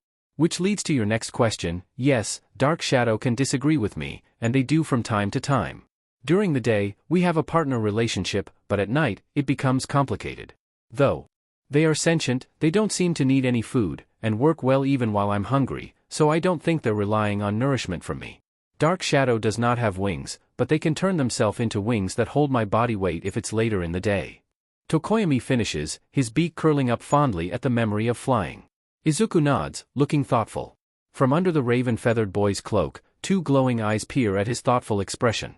You're much nicer than I thought you'd be. The green-haired boy practically jumps out of his skin at the new voice, but when he sees its Dark Shadow, he relaxes. Thank you. Would you mind answering a question? The yellow eyes bobbed up and down while Tokoyami watched the interaction with interest. No one had ever bothered speaking to Dark Shadow one-on-one, so this was strange, to say the least. Do you feel the emotions Tokoyami feels? Dark Shadow is quiet for a moment, then nods slowly. Yeah. But never while he's feeling them. Usually. After. Izuku nods, his eyebrows furrowed as his hands twitch, like they're reaching for something he doesn't have. Tokoyami, have you ever thought that Dark Shadow might be made of or fueled by your emotions? And since it's human nature to be afraid of the dark, the feelings you have could be amplified at night, and that's why Dark Shadow is difficult to control. Tokoyami freezes, staring at the green-haired boy in shock. I've never thought about that. Oh. Sorry if that was intrusive, but your quirk is really interesting and I was curious. Izuku says sheepishly, like he didn't just redefine Tokoyami's quirk in a few sentences. To Tokoyami's credit, he didn't freak out externally, rather, filed the information for another time and changed the topic. So what was the activation condition for your quirk? Izuku opens his mouth to respond, but is cut off by enraged screaming from the street below him. Come out and fight me, you worthless Deku. I know you're there. It's a miracle he can still hear anything at this point. Izuku sighs, annoyed that his conversation was cut off. Tokoyami just nods, becoming accustomed to the curly-haired boy's nonchalance. What do you suggest we do? He seems to be after you. Well, we can either stay here and wait him out, or we can retreat and lead him to where most of the teams are concentrated. Izuku says, resisting the temptation to peek over the edge. Well, in that case, we should lead him and his teammate to the other teams. That might encourage them to target others, if nothing else. Tokoyami says, grimacing as the explosive blonde screams get louder. Got it. Would you mind me using my quirk to hold you later? Not at all. Same here. Izuku smiles, then stands up, hopping onto the ledge with ease. Hey there, Katsuki. You having fun being it? Or are you having trouble finding the other teams? The answering scream is incoherent and littered with explosive threats. I'll kill you. He finally screams, followed by louder explosions. Izuku just grins and retreats. Right, he's angry now. Isn't he always angry? Tokoyami silently wonders, then remembers the other boy has known Bakugo for longer and probably can differentiate from rage and annoyance. Will he come up the stairs? Nah, he's probably going to blast his way up the building, so let's hurry. He says, striding past two large pipes and wrapping Black Whip around each. If Tokoyami had visible skin, he wouldn't paled. Midoriya, are you suggesting slingshotting us across the city? Yep. It's perfectly safe, though. Come on. Tokoyami stares at the green-haired boy and decides that his classmate is being completely serious, so he must have a way to stop them from dying. Okay. He steps forwards, and another strand of Black Whip wraps around his midsection and pulls him close to Izuku. Deku. Three things happen at once. Bakugo soars onto the rooftop. The whip at his waist tightens. Then the wind hits his feathers full force, and he lets out a loud squawk of surprise as they shoot through the air. F coward. Face me like a ma. The rest of Bakugo's words are lost to the wind. Tokoyami can feel them descending, but, to his horror, Izuku just grins manically and shoots a tendril of darkness out of his hand, and uses it to pull them out of their trajectory towards death and back into the air. He wants to ask when they'll land, but the wind steals his words and leaves him breathless. Suddenly, a series of faint explosions come from behind them, followed by enraged screaming. His green-haired classmate just keeps grinning and launching them away from the loud, blonde menace. A series of screams below them alert Tokoyami of the other teams, and suddenly, they slow to a stop, almost 50 feet above the ground. Slowly, they descend beside a girl with pink hair and skin, and a boy with a streak of black through his blonde hair that are frozen in horror. What the hell was that? Why is the exploding kid chasing you? Izuku releases Tokoyami, who's extremely grateful to be touching the ground. He has a grudge against me. The green-haired boy shrugged. Tokoyami would have raised an eyebrow if it was visible. Bakugo was his bully, and yet he was still covering for his actions. It's strange, but he'll respect the boy's wishes if that's what he wants to do. Eeeeekkkkkuuuuuuuu. Loud explosions come from the sky, and Tokoyami freezes, backing away from the rabid blonde. Izuku just grins and crouches as if to receive Bakugo. Finally decide to face me like. Black Whip lashes out and knocks him into a nearby street, effectively shutting the blonde up. The other team just stares at the green-haired demon, who straightens up and brushes his hands off with a grin. I believe I've met Chaos incarnate. The raven-feathered student muttered, shaking his head in disbelief. Tokoyami. He jumps. Let's go hide in an alleyway. Once his partner catches up, they'll probably try to tag the first team they see to stop Katsuki's rage. It won't work, but that's not our problem. Izuku is in a good mood. He managed to aggravate Katsuki, talk to Tokoyami about his quirk, and avoid being it the entire round. Honestly, using one for all was relaxing, and felt amazing to soar through the air again. Tokoyami seemed to be satisfied with the results, and they worked well as a team, covering each other's backs and dodging Bakugo's explosions. Smiling, he packs up his bag for the day and heads to the lab to check on Mei. Izuku is nervous. It's a buzzing kind of nervousness that makes his hands twitch and his brain hyperfocus on random things. Mei completed his weapons this morning and sent him a confirmation text, so now he just had to wait for Aizawa to spring the news on them. He'd also made sure to call All Might as soon as he woke up. That conversation was strange, but the man seemed to sense his urgency and promised to only get involved in 3 incidents this morning. Now, class, get changed into your hero costumes and meet in the field where I held the tests on the first day. Don't be late, we have a bus to catch. The class rushed for the shiny metal cases, and Izuku held back, waiting for the mob to disperse. It's okay, you can do this. He'd killed other people before. They weren't pretty deaths, and more mercy killings than anything, but he's seen his fair share of death. Despite his worry, the idea of being able to stop the horror before it started was both exhilarating and terrifying. Blinking, he realizes he's in the locker room. Right, my hero costume. Methodically, he starts removing his clothes and replacing them with his costume. Black, fire-resistant and shock-resistant cargo pants littered with hidden pockets and tucked into dark red knee-high boots with steel toes and hidden knife hostlers. A dark, long-sleeved shirt made of the same material as the pants, and a tight black flak vest underneath a short, dark red leather jacket. In addition to articles of clothing, he had a dark red utility belt and black, fingerless gloves with built-in brass knuckles. Carefully, he slips his phone and Mei's special support items into his hidden pockets. She did well. Smiling, he pulls the last part of his costume out of the box. A metal half-mask made of slats of flattened metal gleams as he slips it on and leaves it down on the bottom part of his face. Satisfied with the comfortable materials, he sets the box into his lockers and leaves the locker room to join his classmates. Midoriya. I'm usually pretty blunt about things. May I ask you a question? Oh no. Why was someone talking right now? He needs to concentrate, damn it. Slowly, he turns to her. She's right beside him, her large, dark eyes boring into his own. He remembers her. He never saw her body, just the obituary. She has 2 younger siblings. And she died in the USJ attack. Go ahead. Izuku sighs, knowing he's stressed out and needs to focus on something else, even if it's only for a moment. Well, I've noticed you using black tentacles, but I've also noticed you have lightning that enhances your strength and speed. Also, some sort of flying quirk. Do you have more than one quirk like Todoroki? Izuku raises an eyebrow at her question, but decides to answer it. I suppose. My quirk is an energy stockpiling quirk that manifests in different forms depending on my mood. For example, the black tentacles, Izuku makes air quotes, are a form of my anger. The flying aspect is happiness, and the power-up is the most basic form of it, based in my determination. I have other forms of my quirk, but those 3 are the ones I'm most practiced with. He finishes, satisfied with the amount of wiggle room he just left himself. If UA decides to keep a murderer, then any more manifestations of my quirk can easily be explained away. I see. That's quite a very powerful quirk, if not a little unpredictable. The girl says, her finger pressing against her cheek in thought, as she nods. From across the aisle a red-haired boy grins, showcasing his sharp teeth. That's an awesome quirk, dude. I'd kill for it, honestly. No one cares about a boring old hardening quirk. The boy chuckles awkwardly, scratching his head. Izuku can't remember how he died, and he's grateful for that small mercy. Though his dislike of his quirk needs to be squashed. During the apocalypse, having a useful quirk like that would make survival infinitely easier. Actually, I think I'd prefer to have your quirk. It's versatile, and you'll probably hold the record for lowest property damage, which civilians appreciate. Also, you're less susceptible to injury and would be able to protect civilians from shrapnel and even hold up a beam of a collapsing building without being crushed. Additionally, you could deal with villains quickly with a well-placed hit to the head.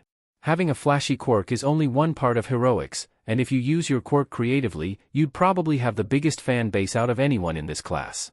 Izuku finishes by sending the awestruck boy a smile.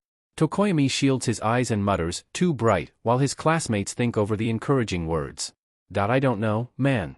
You're right about how useful his quirk is, but I think the flashier you are, the better.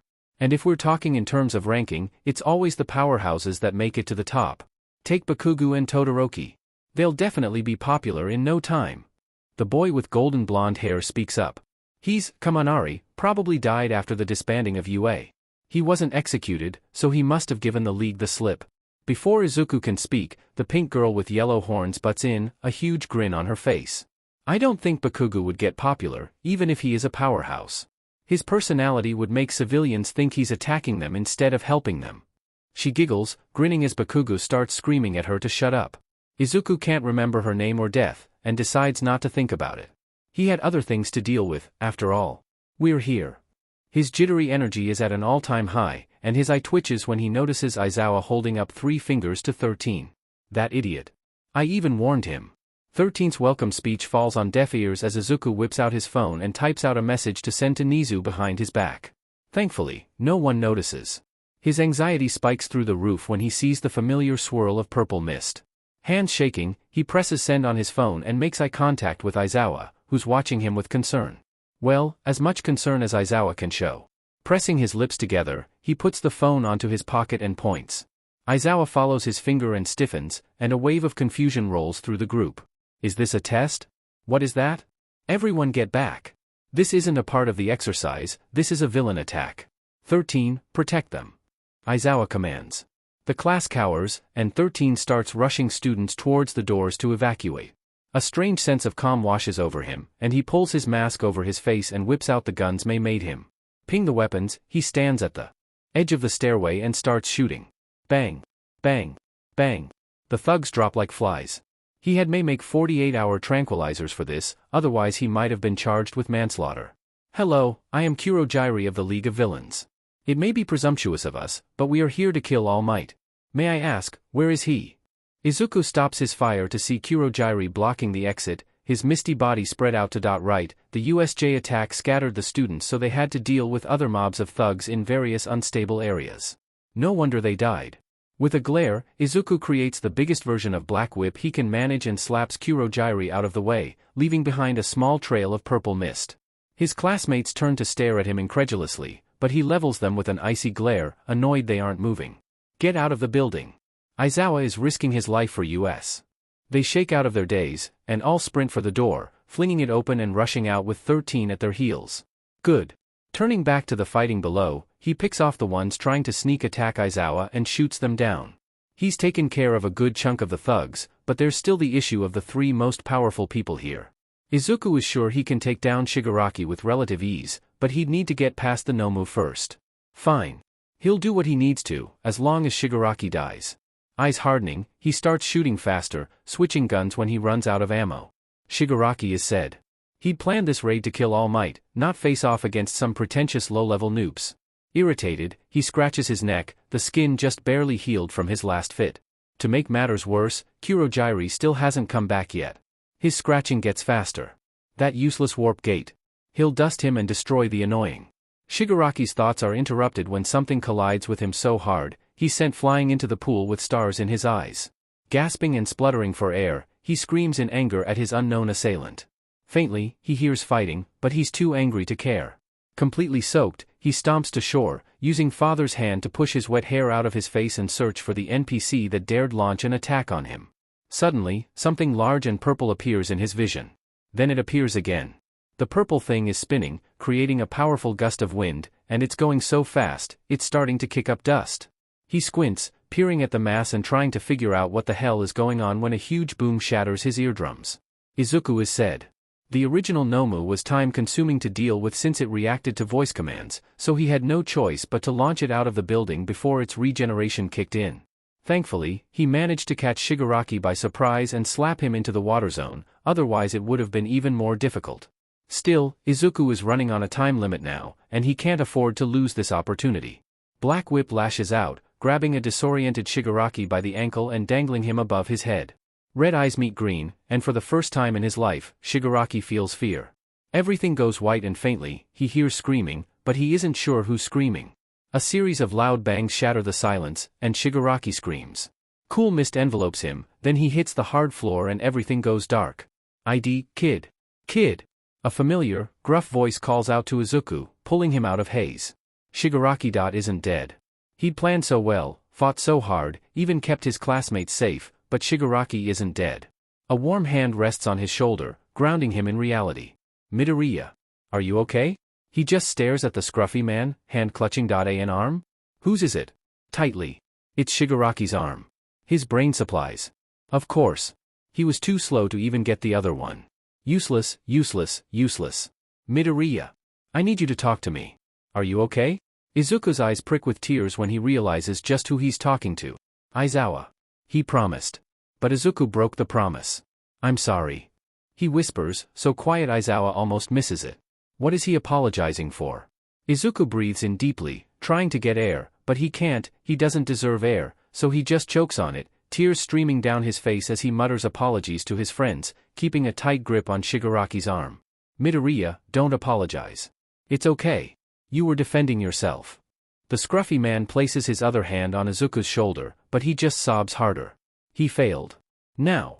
Pools of blood, a pair of broken yellow goggles discarded in the fight, dark eyes that shone bright red, dull and unseeing, a pool of blood, and dark matted hair hiding his brain splatter, his mouth in a tiny, rare smile while he whispered, good luck, his wedding ring stained in red, and I'm sorry, I'm sorry, I'm sorry, I'm sorry, I'm sorry, I'm sorry.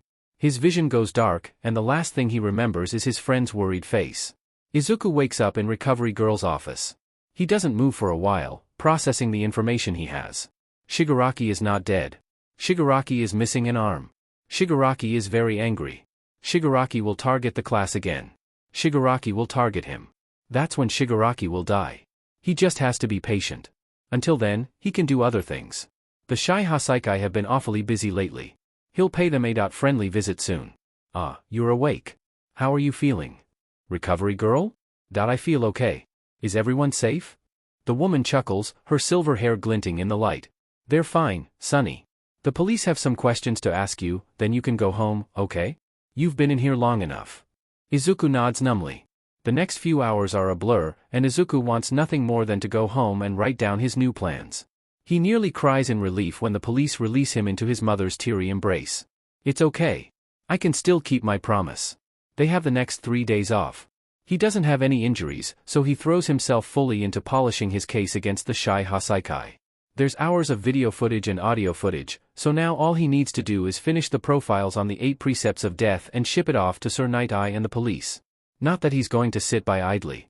No, Aries' Quirk is far too powerful for the commission not to take notice.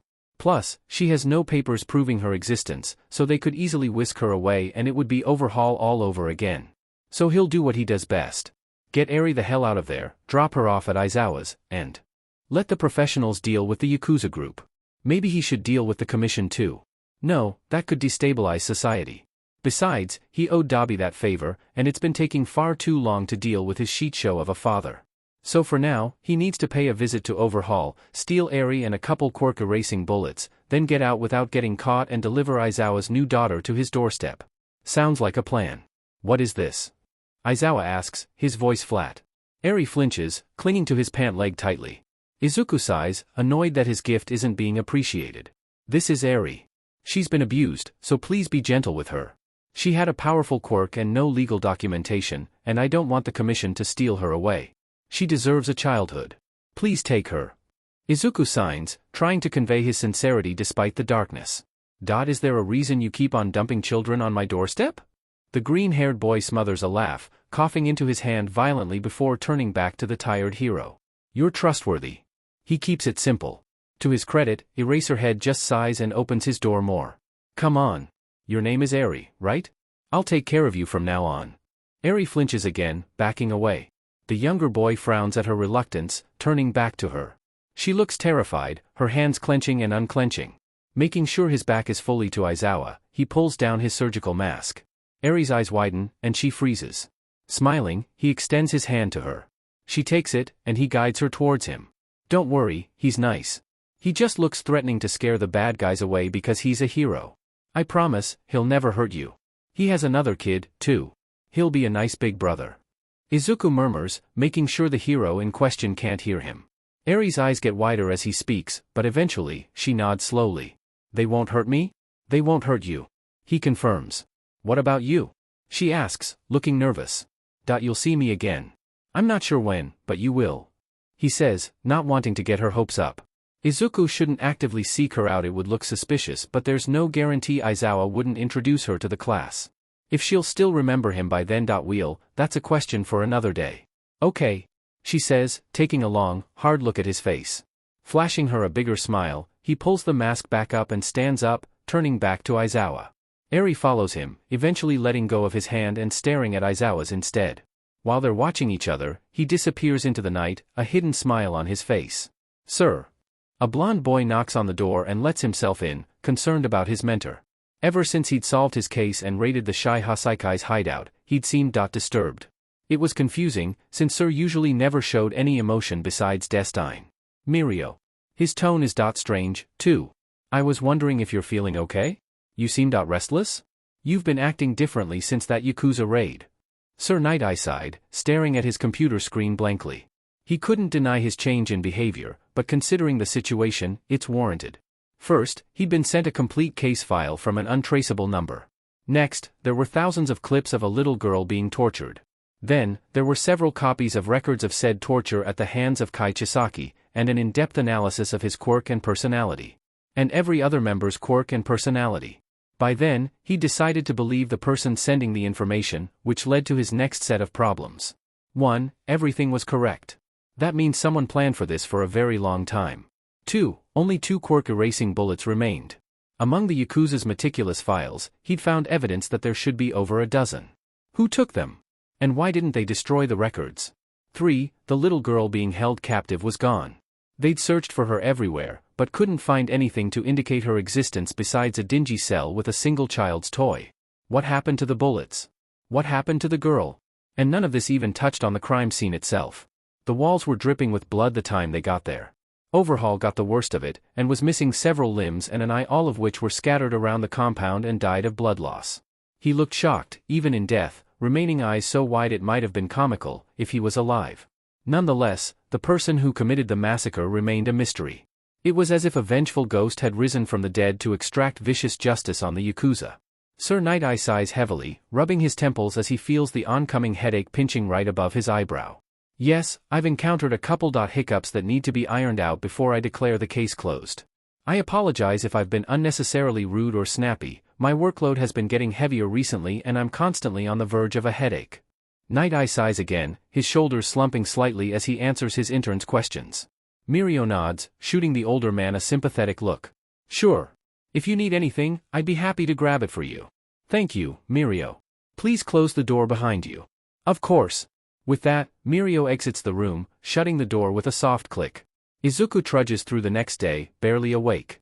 Between keeping pros off of his tail, dealing with the Yakuza, and trying to get blood out of his clothes before his mother woke up, he's had a stressful weekend days. Aizawa just plows through his lesson, looking more exhausted than usual. Probably because I keep on dumping children on his doorstep. He reflects, a small smile playing on his lips. His hand lazily draws circles on the blank paper in front of him. It's not that Aizawa's lesson isn't important, it's just boring. The rest of the afternoon is spent half asleep, until he hears Aizawa talking about the sports festival. Because of course it was a good idea to broadcast the abilities and limitations of children who just got terrorized by villains. Izuku represses a sigh, tapping his pencil on the desk lightly. UA is lacking, as far as child privacy laws are concerned. A shame, but Nizu wouldn't pass up the chance to fund his death machines to terrorize civilian children without funding from blood sports based on children, would he? Highest score on the entrance exam will be asked to say a few words before the festival begins. And there goes his chance at skipping out on the event entirely. DMN it. Aizawa sighs, and dismisses them. The clamoring outside of their classroom door was loud to say the least, but it amplified once a classmate opened it. After a confrontation with Shinso, Bakugo storms off and left the rest of Class 1A to deal with his mess. Is it too much to ask to go home in relative peace? Rubbing his temples, he stared at the crowd for a second, identifying the loudest student. He's definitely a first year, and judging from his uniform he's another hero course student. Class 1B, then. He can't really remember anything about him, whether it be repression or lack of information, but the boy's jabs are cruel and thoughtless. Walking past his anxious classmates, he slams his hand onto the doorframe. The loud crack that follows silences the rowdy group. In case you forgot, we were attacked by villains 3 days ago. We are your age, maybe younger. Please be considerate of our experiences and stop victim blaming. I'm looking at you, Blondie. He makes eye contact with the loud blonde, yet another one to deal with, and continues before anyone can respond. As for my other classmate, he has his own way of coping with stress. If you ignore him, he becomes background noise. Now, please move. I'd like to go home. He finishes by removing his hand from the doorframe, ignoring the obvious damage and looks of shock from his classmates. Slowly, the crowd parts, and Izuku marches out of the gate, completely unaware of the chaos he'd just caused. Who was that guy? I don't know, man. He's has to have some kind of strength quirk. I know him. He's the student that took on the villain leader and injured him. Took an arm as a trophy. What? No way. You've gotta be lying. I'm serious. My mom works for the police. They said he kept on clinging to the arm too. They had to pry it out of his hands after he passed out. Holy shit, dude. That's insane. Bro. And he's participating in the sports festival? Count me out. Several other people agreed with him, and the blonde Izuku called out Monoma paled considerably, then turned to the girl who shared the information. Are you being serious? Yep. I'm pretty sure he was one of the top scorers in the entrance exam, too. Someone pipes in. The crowd's mood takes a collective dive at the idea of facing someone who scored so high on the entrance exam and kept a villain's arm as a trophy. It's the day of the sports festival, and Class 1A is crowded in the depths of a familiar arena. Izuku is doing his best to control his breathing. He can practically see the blood dripping through the ceiling, except it's not real. He needs to remember that. Soft, familiar footsteps approach him, and he turns to see Todoroki standing above him with his Ice Prince persona in full force. Looking at things objectively, I believe we are evenly matched. He starts, and Izuku bites back a groan. It's fine. This will be over soon. Of course, he'd heard of the famous challenge from Todoroki when they first met. However, it was directed at Bakugo, and the results were a stream of incoherent screams and explosions before the inevitable stomp-off. But you seem to have caught All Might's attention. So, I will beat you. I wasn't planning on making it past the first round, anyway. But he doesn't say that out loud, just stares at Todoroki, evaluating him. He's tense, and under the persona, he's upset. Probably not in the best mental state right now. He was driven by spite for most of his career, and it didn't serve him well. Now that he thinks about it, this might be a good opportunity to get Todoroki out of his house without any unnecessary questions while he worked on Endeavor's case and keep him out of harm's way. So that he was going to have to make it past the first 2 rounds, wasn't he? Sighing heavily, he mentally smacked himself upside the head for what he was about to do. Why don't we make a deal, Todoroki? The other boy pauses, and the room quiets, their classmates not so secretly listening in. What kind of deal? He asks, his shoulders a little more tense than before. Izuku forces his grin to become a friendly smile, and he leans forward slightly. If you win a one-on-one battle against me, I'll tell you why All Might is keeping an eye on me. Todoroki's eyes light up, and one of his facial muscles ticks as he tries to hide his excitement. But if I win? He could feel the tension in the room thickening. You owe me a favor. The room let out a collective sigh. A favor couldn't be so bad, right? Todoroki considers it for a moment, then nods slowly, a serious expression hiding the curious gleam in his eyes. I agree. Perfect. Now, Izuku is being guided up to the stage, wanting to be anywhere else but here. Speeches really aren't his thing, but he can't show weakness on live television. It hits him not for the first time how stupid UA is. Oh well. He'd made a deal with the Todoroki brothers, and he had no doubt Dabi would join the league to spite him if he didn't hurry up. Frowning, he stared at the oddly quiet mass of students, who stared back with terror. That's weird. Right, his speech. As you all know, I'm part of Class 1A. I'm sure you've heard rumors about us already. I'm here to tell you that none of them are true. I'm also here to remind you that despite the frankly stupid amount of focus the school and media are putting on the attack, we are not better than the other hero class. They work just as hard as we did to get where they are. And there are people that are willing to put in the work to catch up with the hero course if they were transferred in. Please remember to be thoughtful of others. He makes eye contact with the blonde from the other day, who's paler than a sheet. And have fun. Plus ultra. He steps away from the microphone, wishing he'd grabbed an energy drink from the vending machine earlier. Maybe I can grab one during a break. Izuku breezes through the first round easily, practically gliding across the pitfall and walking straight through the mostly destroyed minefield. Keeping to the middle of the pack would be the wisest option, if his memory serves him correctly. He was correct. As soon as the 10 million points were assigned to Todoroki, the crowd of teenagers turned on him like rabid beasts. Not that it was any of his concern. He just needed to find a team agile enough to dodge any attacks and snatch a couple of headbands to pass. Midoriya, would you like to team up with us? Izuku jumps, whirls around, and spots Tokoyami. Slowly, a smile spreads across his face. Yeah. Tokoyami smiles and nods, moving to stand beside his teammate. Dark Shadow even makes an appearance, rubbing against Izuku's shoulder. His smile grows wider, and he looks over to his bird-headed friend, who looks somewhat embarrassed by his counterpart's obvious affection. I apologize, Dark Shadow has grown fond of you. And? Midoriya, Karo? Izuku turns to see the girl from the bus approaching them. She has a frog quirk, doesn't she?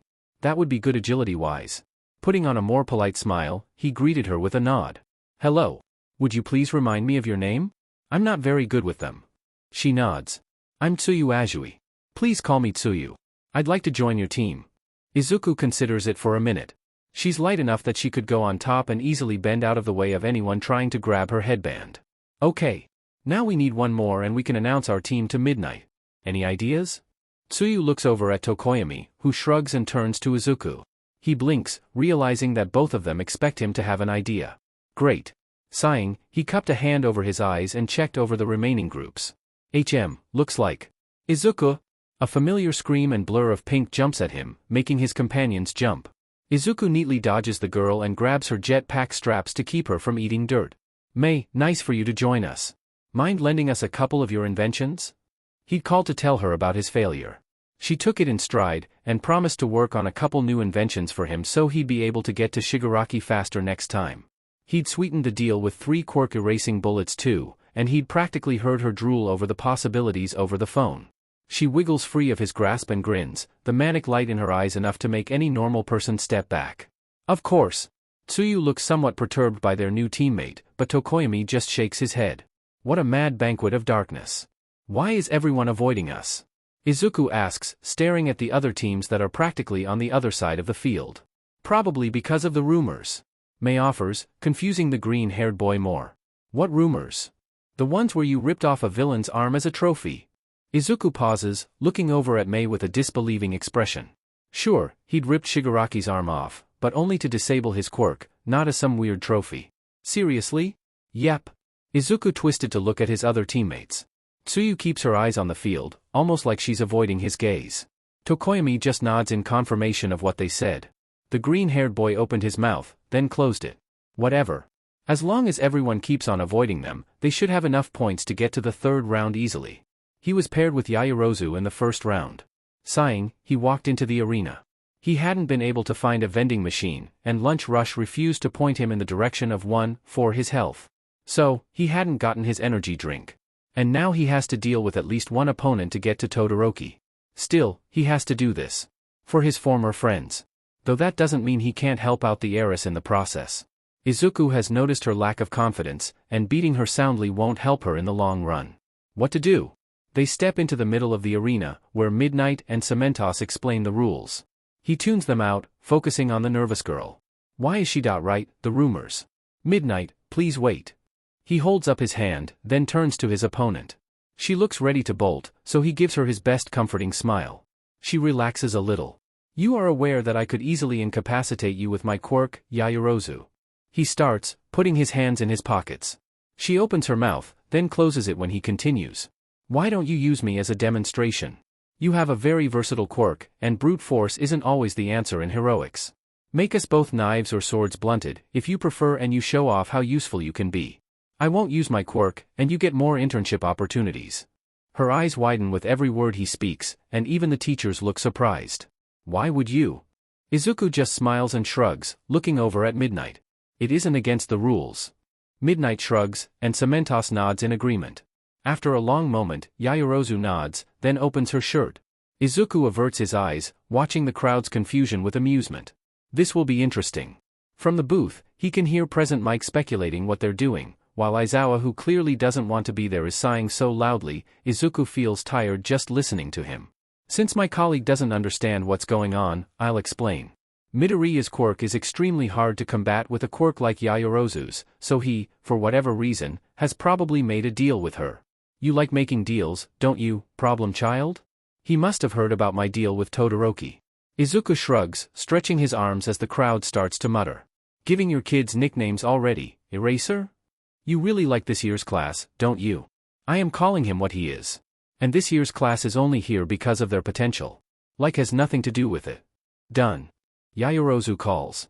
He turns and accepts the 3 knives out of her hands, merely giving her a raised eyebrow. She flushes slightly.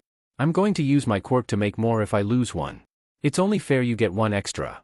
Izuku nods, then places the 3rd knife in his mouth and lowers his center of gravity. She seems surprised, but determination quickly replaces her surprise. Ready? Start. Izuku darts to the right, noting the knife's range as he swipes at his opponent. She jumps out of the way, then runs at him, a wide slashing motion leaving her stomach open to attack. Ducking under her arm, he jabbed at her sternum and slid out of the way when she doubled over. Giving her a minute to catch her breath, he tucked away his 2nd knife into his shoe. She recovered quickly, lunging at him again with a more controlled swing that would have caught his arm if he hadn't dropped to the floor at the last second, using one hand to boost himself and kick her. His foot meets metal, and he grins, springing away from her and landing squarely on his feet. There we go. Midoriya is strange. Yaoyorozu had noticed something off about him the first day, and the feeling only continued to grow. He seemed exhausted most of the time, yet moved with ease when needed. He had a powerful quirk, yet was covered in scars that definitely aren't quirk-related. He seemed calm one moment, then jittery the next. He has a powerful quirk, but uses guns and knives too. And he has a haunted look that reminds her of her great-grandfather. He'd been a part of the Quirk Wars, and was on the front lines during the last 3 years. He never told anyone what happened, but he had the same look Midoriya does. So, the green-haired boy was a mystery, and a concerning one. Also, he'd offered to help her demonstrate her quirk, and seemed to respect her. She has no idea what she did to deserve his respect, but coming from someone who removed a villain's arm. She is well and truly at a loss, especially since said boy is overwhelming her in a knife fight, appearing everywhere without his quirk. When her shield cracks after Midoriya kicks it, she's so surprised that she almost misses Midnight's announcement. Yaoyorozu is out of bounds. Midoriya continues to the next round. With a snap of her whip, the round is over. Out of breath, she drops the cracked shield. She hadn't won. Before her insecurities and doubts could kick in, a scarred hand appears in front of her. Good match. The shield was a nice touch. And he then smiles, brighter than the sun. Izuku doesn't bother watching the other matches, deep in the arena in search of a vending machine. The longer he wanders, the more he wonders if there's even a vending machine in the entire arena. If not, maybe he should just go to the concession stands. But he doesn't have any money. Oh well. It's not like they'll miss one sugary drink. After making his decision, he rounds a corner and spots the last person he wants to see talking to Todoroki, and goddammit, why do these things always happen to him? Okay, get Todoroki away from his father, then get an energy drink. It is your duty to surpass all me. Todoroki, nice to see you here. I was wondering if I could clarify some things with you. He calls, keeping a relaxed smile on his face and his hands in his pockets. Endeavor levels him with a glare that would make any sane person turn right back around. But Izuku never claimed to be sane. Instead of running, he moved slightly in front of Todoroki and grinned at the flaming hero. You wouldn't mind, would you? I'm sure your fatherly encouragement can wait another, say, 10 minutes? The number 2 hero stiffened, his flames flaring before he stormed off, clearly angry. Good. Izuku turned to see Todoroki, who was watching him with a guarded expression. The green-haired boy isn't put off in the slightest, simply smiles and brandishes a thin black credit card. Why don't we go grab a drink before your match starts? Todoroki's eyes widen as he stares at his father's credit card. Slowly, he nods, and Izuku pockets the card and sets off, his former friend following close behind. Just outside of the arena, Midoriya chugs his second soda cup. Todoroki sips his own, as unbothered as when the other boy used his father's credit card. His father is scum, and Todoroki is glad to waste the old man's money on trivial things. Still, he's confused by Midoriya's interference and clear disregard for his old man's infamous death glares. What confuses him more is just how many strange assortment of scars that definitely aren't from his quirk. Not to mention how calmly he handled the evacuation at USJ, pulling multiple guns out of his pockets and mowing down criminals with ease. Add All Might's clear interest in Midoriya, and he had a very formidable opponent. Or an ally. A small voice whispers. He quickly pushes the thought away. He's not here to make friends. Midoriya, what exactly was the purpose of pulling me aside before my match? And away from my father. He silently adds. Midoriya pauses, looking over at him with knowing eyes. Your father isn't a good person. Todoroki freezes. I can tell he isn't, don't try to deny it. The other boy takes another sip of his drink as Todoroki processes that someone can see through the tough hero, stern father facade. Would you like to hear a story, Midoriya? That's why I will never use my fire in battle. By the time Todoroki is finished, Izuku has disposed of his sugary drinks, and they're walking to the waiting room in silence. He'd known about the story for a while, but that doesn't make it any easier to hear a second time.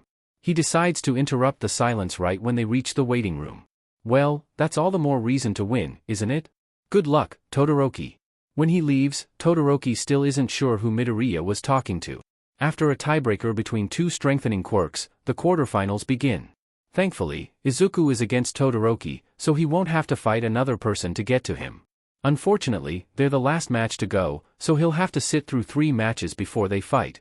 Maybe a nap is in order. But where could I go where no one would disturb me? A brilliant idea strikes him as the match begins. Smiling, he wanders out of the class booth, ignoring their stares. And Izuku Midoriya. Wait, where is he? Yawning, he stretches, watching the crowd below him. It was probably a bad idea to nap so close to the edge, but the top of the stadium was slanted inwards, so there wasn't much choice. A little above him, he spots a drone with a camera. Lazily, he waves at it, then turns his attention to the stadium, trying to figure out which quirk to use to get down. Well, Shigaraki never saw him use anything besides Black Whip, so it's best to stick with that. He wouldn't want to reveal his hand too early. Izuku Midoriya, you have 1 minute to get into position. Bracing himself, he calls on Black Whip and anchors it to the edge of the roof, pulling it taut, then launches himself over the crowd with a grin. The ground rushes to meet him, and he rolls to absorb the force so he doesn't end up a smear on the pavement. Todoroki stares at him for a moment before turning to Midnight with a questioning expression. Midnight turns to the booth and waves her whip with barely contained glee. Izuku Midoriya made it in the nick of time. Still smiling, Izuku faces his opponent, whose determination doesn't seem to have dimmed. Don't forget our deal. Todoroki nods. Ready? Start. As soon as the word leaves her mouth, Todoroki throws a glacier at his opponent. For a moment, it's silent, then. That little trick won't work on me. And there he is. He stands at the top of the glacier, a calm expression replacing his smile. He attacks again, sending ice spikes up the structure. In a green blur, the boy dances through them, completely serene. It annoys Todoroki, but he continues keeping the green-haired menace at a distance. This continues for several minutes, before Midoriya disappears. Eyes wide, he looks around, trying to locate his opponent. A finger taps him on the shoulder, and he jumps and whirls around, his reaction time slowed by the onset of hypothermia. You're slowing down. A wave of ice freezes the area where Midoriya was mere seconds ago. Once again, Todoroki is forced to search for his opponent. Crack. His glacier shatters, and he drops to the floor just in time to avoid the ice shrapnel rocketing over his head at deadly speeds. What the hell? Scrambling to his feet, he dives out of the way of a kick that cracks the ground where he was a second before. Black tendrils flare, blocking out the sun as Midoriya calmly walks towards him. I think it's time to stop. We wouldn't want you to lose a finger. That would hinder your hero work, wouldn't it? As calm as he looks, Todoroki can feel the wild, barely uncontrolled power radiating off of him. It roots him in place, even as Midoriya reaches for him, his fight or flight instincts kicking in. Midoriya grabs his shirt collar and throws him over his shoulder, ignoring the ice creeping up his shoulder and arm. The ice-covered boy starts wiggling, trying to get away, only to be dropped to the floor. Todoroki is out of bounds. Midoriya wins. Midnight announces. An icy breath leaves his lungs, and black spots swim in his vision. The last thing he sees is Midoriya's concerned expression. Todoroki wakes up to Midoriya's face. Said boy is sipping another sugary drink. Where did that come from? And smiling happily. I believe I've won our little wager, Todoroki. He stiffens, staring at the boy as several horrible possibilities flash through his mind as to what the favor will be. Stop terrorizing him. Recovery girl says from behind the curtain. Midoriya frowns. I'm not terrorizing anyone. Tell that to the kids that almost burst into tears every time they see you. She retorts, sharply pulling the curtain back to glare at the green-haired menace. Todoroki just watches the strange interaction with wide eyes, confused. They bicker for another minute before Midoriya huffs and turns away from her. Anyways, once you're all warmed up, we can go and change into civilian clothes and head over to your house. What? No asking questions. Remember the favor? He reprimands, taking another sip of his drink. Todoroki frowns. But what about your next fight? Midoriya shrugs and finishes the drink, tossing it into the trash. If I don't show up, I'll automatically get disqualified. He responds nonchalantly.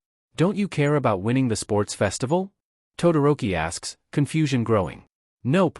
I was actually planning on dropping out at the first round, but then we made our deal and the rest is history.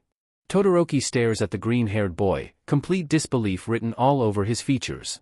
Midoriya, what's going on? Todoroki finally works up the courage to ask.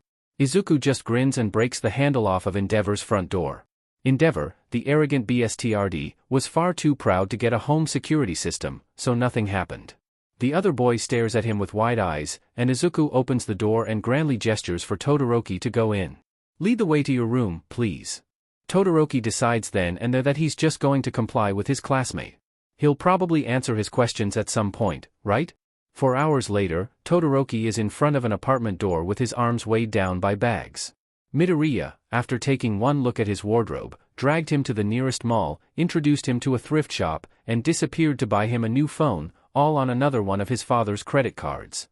They'd stayed there for quite a while, but Midoriya seemed satisfied with the amount clothes he'd bought, despite carrying several of the bags.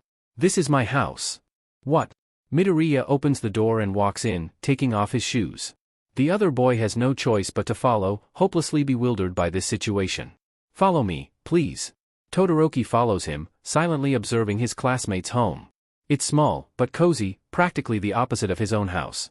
Finally, they stop in front of a door with a Gang Orca poster on it. Midoriya opens it, revealing a room decorated with various types of hero march. Put your bags in the corner while I grab the mattress from the closet. With that, he disappears, leaving Todoroki more confused than he's been in a long, long time. Slowly, he sets the clothes in the corner and surveys the bedroom. It's small, and not what he was expecting from his enigma of a classmate. Suddenly, Midoriya bursts in, a pile of bedding in his hands and a grin on his face. Todoroki just watches him make a second bed on the floor, slowly coming to a realization. Midoriya, is this a kidnapping? The green-haired boy slowly looks up, and, realizing Todoroki is serious, bursts into laughter. Todoroki just stares at his usually distant classmate, surprised he got such a reaction out of him with a simple question. After a minute, Izuku calms down, still slightly out of breath from his bout of laughter. No, Todoroki. This is my favor. He says, flashing his old friend a smile. Your favor.is kidnapping? Izuku grins, then shakes his head. He hasn't smiled like this in ages, but Todoroki's obvious confusion is hilarious. No. My favor is you staying with me. Todoroki blinks, processing the information. But my father won't find you. You can still go to UA, but he won't be able to get you out of my house without causing a serious scandal. Fuyumi. That's what your new phone is for. Todoroki stares at his classmate, realizing just how well thought out the plan is. Plus, it'll PSS him off. Izuku offers, hoping to sweeten the deal. After a minute of consideration, Todoroki decides to stay. His classmate won the deal, after all. Besides, he'd never pass up the opportunity to PSS off Endeavor. Midoriya's mother takes the new arrangement surprisingly well after she hears about what type of person Endeavor is. Though, when Midoriya offers her Endeavor's credit card, she nearly faints. The Midoriyas are a strange bunch, he decides. But he doesn't mind.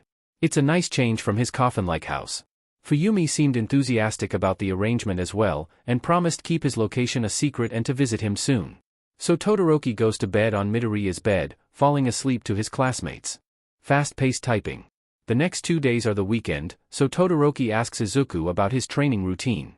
Izuku raises his eyebrows, then tells him to put on his new exercise clothes and follow him. The following 3 hours feel like hell as he struggles to keep up with Midoriya, who basically slingshots himself across several miles of forest. Repeatedly. Even his biggest glacier slide couldn't compete with Midoriya's speed. In the end, he collapses at the foot of a mountain, having been forced to use his fire to avoid hypothermia. Izuku floats down to him, smiling the entire time. Training with someone else was pretty fun, but he had a feeling Todoroki was reaching his limit. You want to practice hand-to-hand combat? Todoroki stares at the boy above him in disbelief. How does he not have quirk exhaustion yet? It was a stockpile quirk, so it had to have a limit. While his new roommate pondered over his quirk, Izuku flopped down beside him. I'll need to visit Dabi soon. Maybe he should bring Todoroki with him. He looks over at the boy beside him, mulling over the idea. Would it be worth being burned into crisp? Maybe. He had just pulled Todoroki away from his family, even if it was a bad one. Introducing him to his brother might be a way to stabilize him. Yeah, I'll bring Todoroki with me. On Monday, people stare at Izuku and Todoroki weirdly. Izuku is used to the stares, so he ignores them and ambles to class, sipping his iced coffee. Todoroki follows suit, his own iced coffee in hand. When he opens the door, several of his classmates' heads turn to him, and he's bombarded with questions. Have you heard? Todoroki went missing after the sports festival. Endeavor's been tearing apart the country. Even has missing person posters up everywhere. You disappeared too, we were worried someone. Seen him? He just. Izuku's eye twitches at the volume, but he takes a very long sip of coffee, pointedly staring at the loudest people. They quiet down instantly, watching him step to the side and reveal a very much alive and unharmed Todoroki. Several stunned gasps follow the reveal, and Izuku slips through the crowd, leaving Todoroki to deal with their classmates. He doesn't have the energy for this, even with the coffee. Setting his bag down, he notices Aizawa in the corner, staring at him with mild suspicion. Over the din, he hears Todoroki speak. Izuku kidnapped me. They decided on calling each other by their first names because he didn't like using his father's name. And now, everyone's eyes are on him. DMN it. Annoyed, he glares at Todoroki, who takes a long sip of his iced coffee and shrugs. Petty beach. A sleepover isn't a kidnapping, Shudo. You used Endeavor's credit card to buy me a whole new wardrobe. And? Your clothes were painfully boring. I know you liked that thrift store. I never said I didn't. Izuku sighs, taking another sip of his iced coffee. The class just watches their interaction with confusion. Are these the same stoic boys that declared war on each other and then nearly murdered each other on national television last week? They're addressing each other using their first names, and apparently had a sleepover. Clearly, something changed here, but they can't quite pin what it is.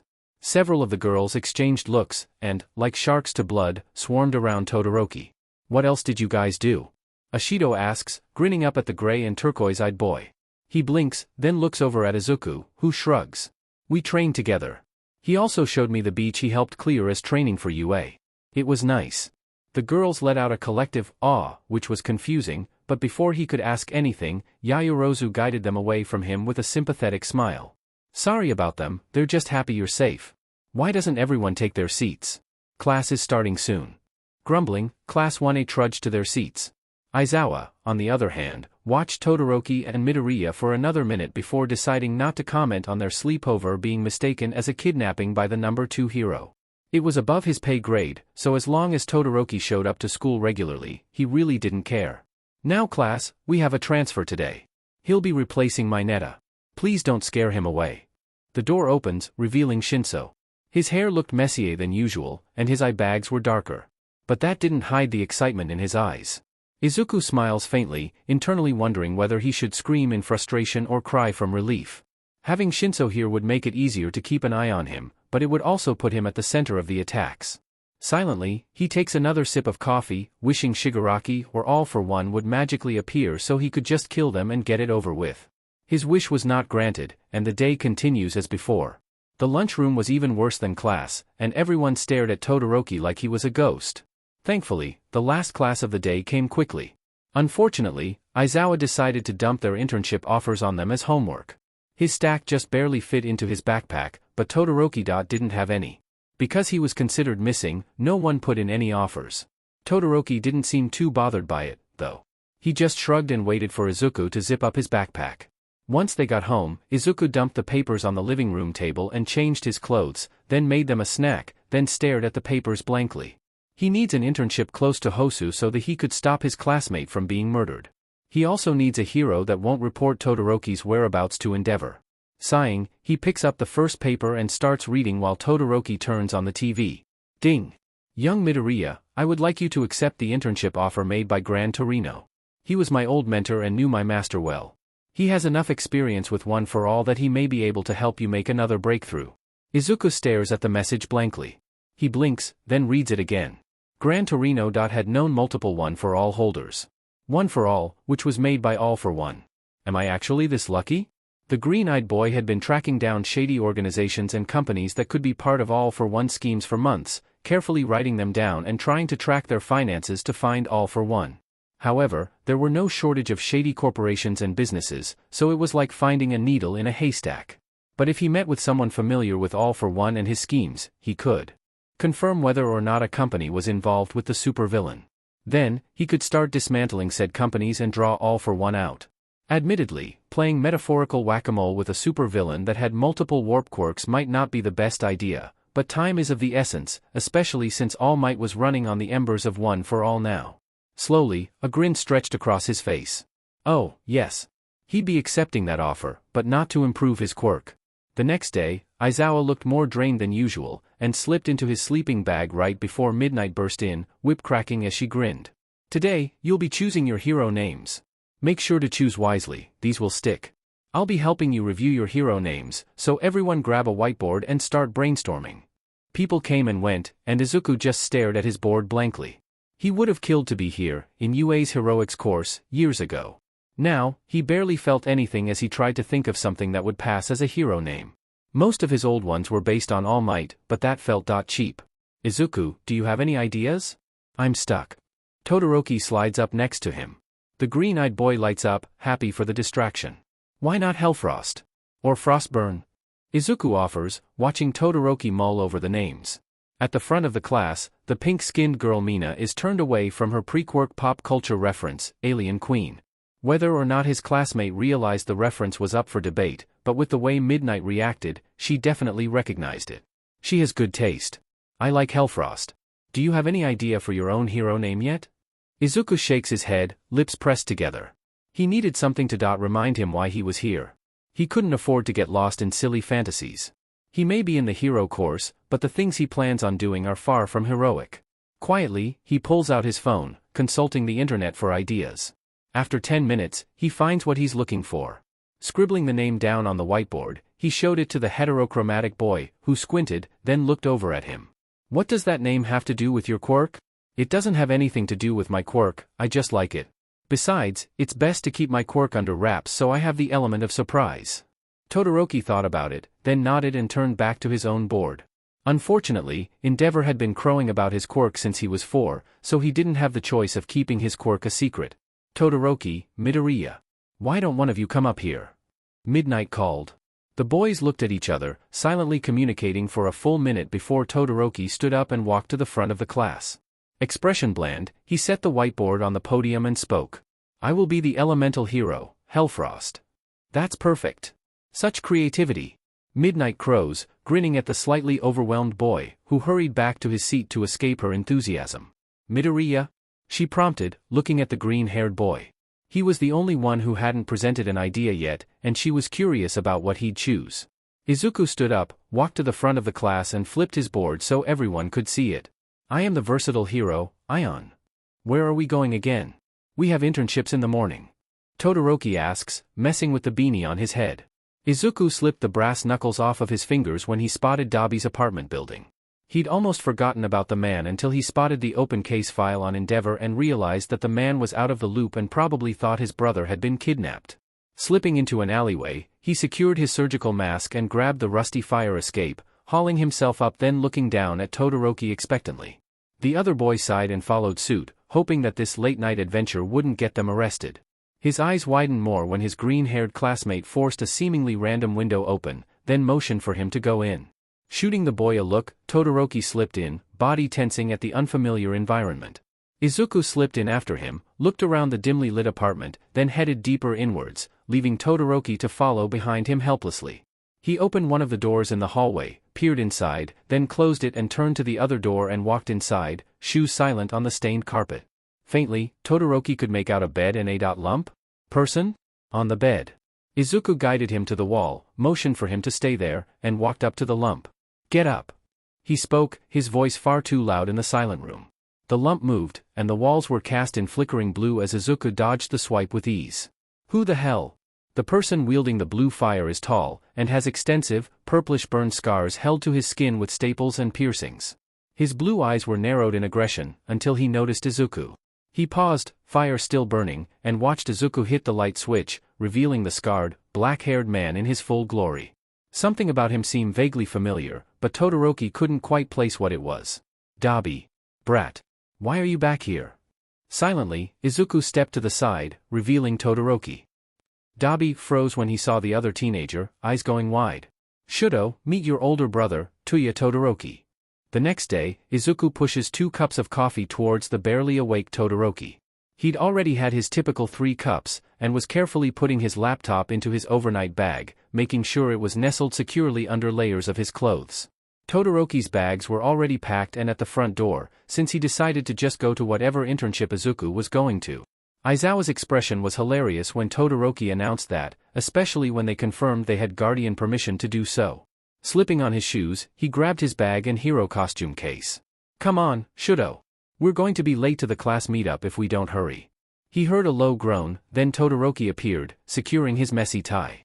The poor boy had barely gotten any sleep last night, too busy catching up with his brother.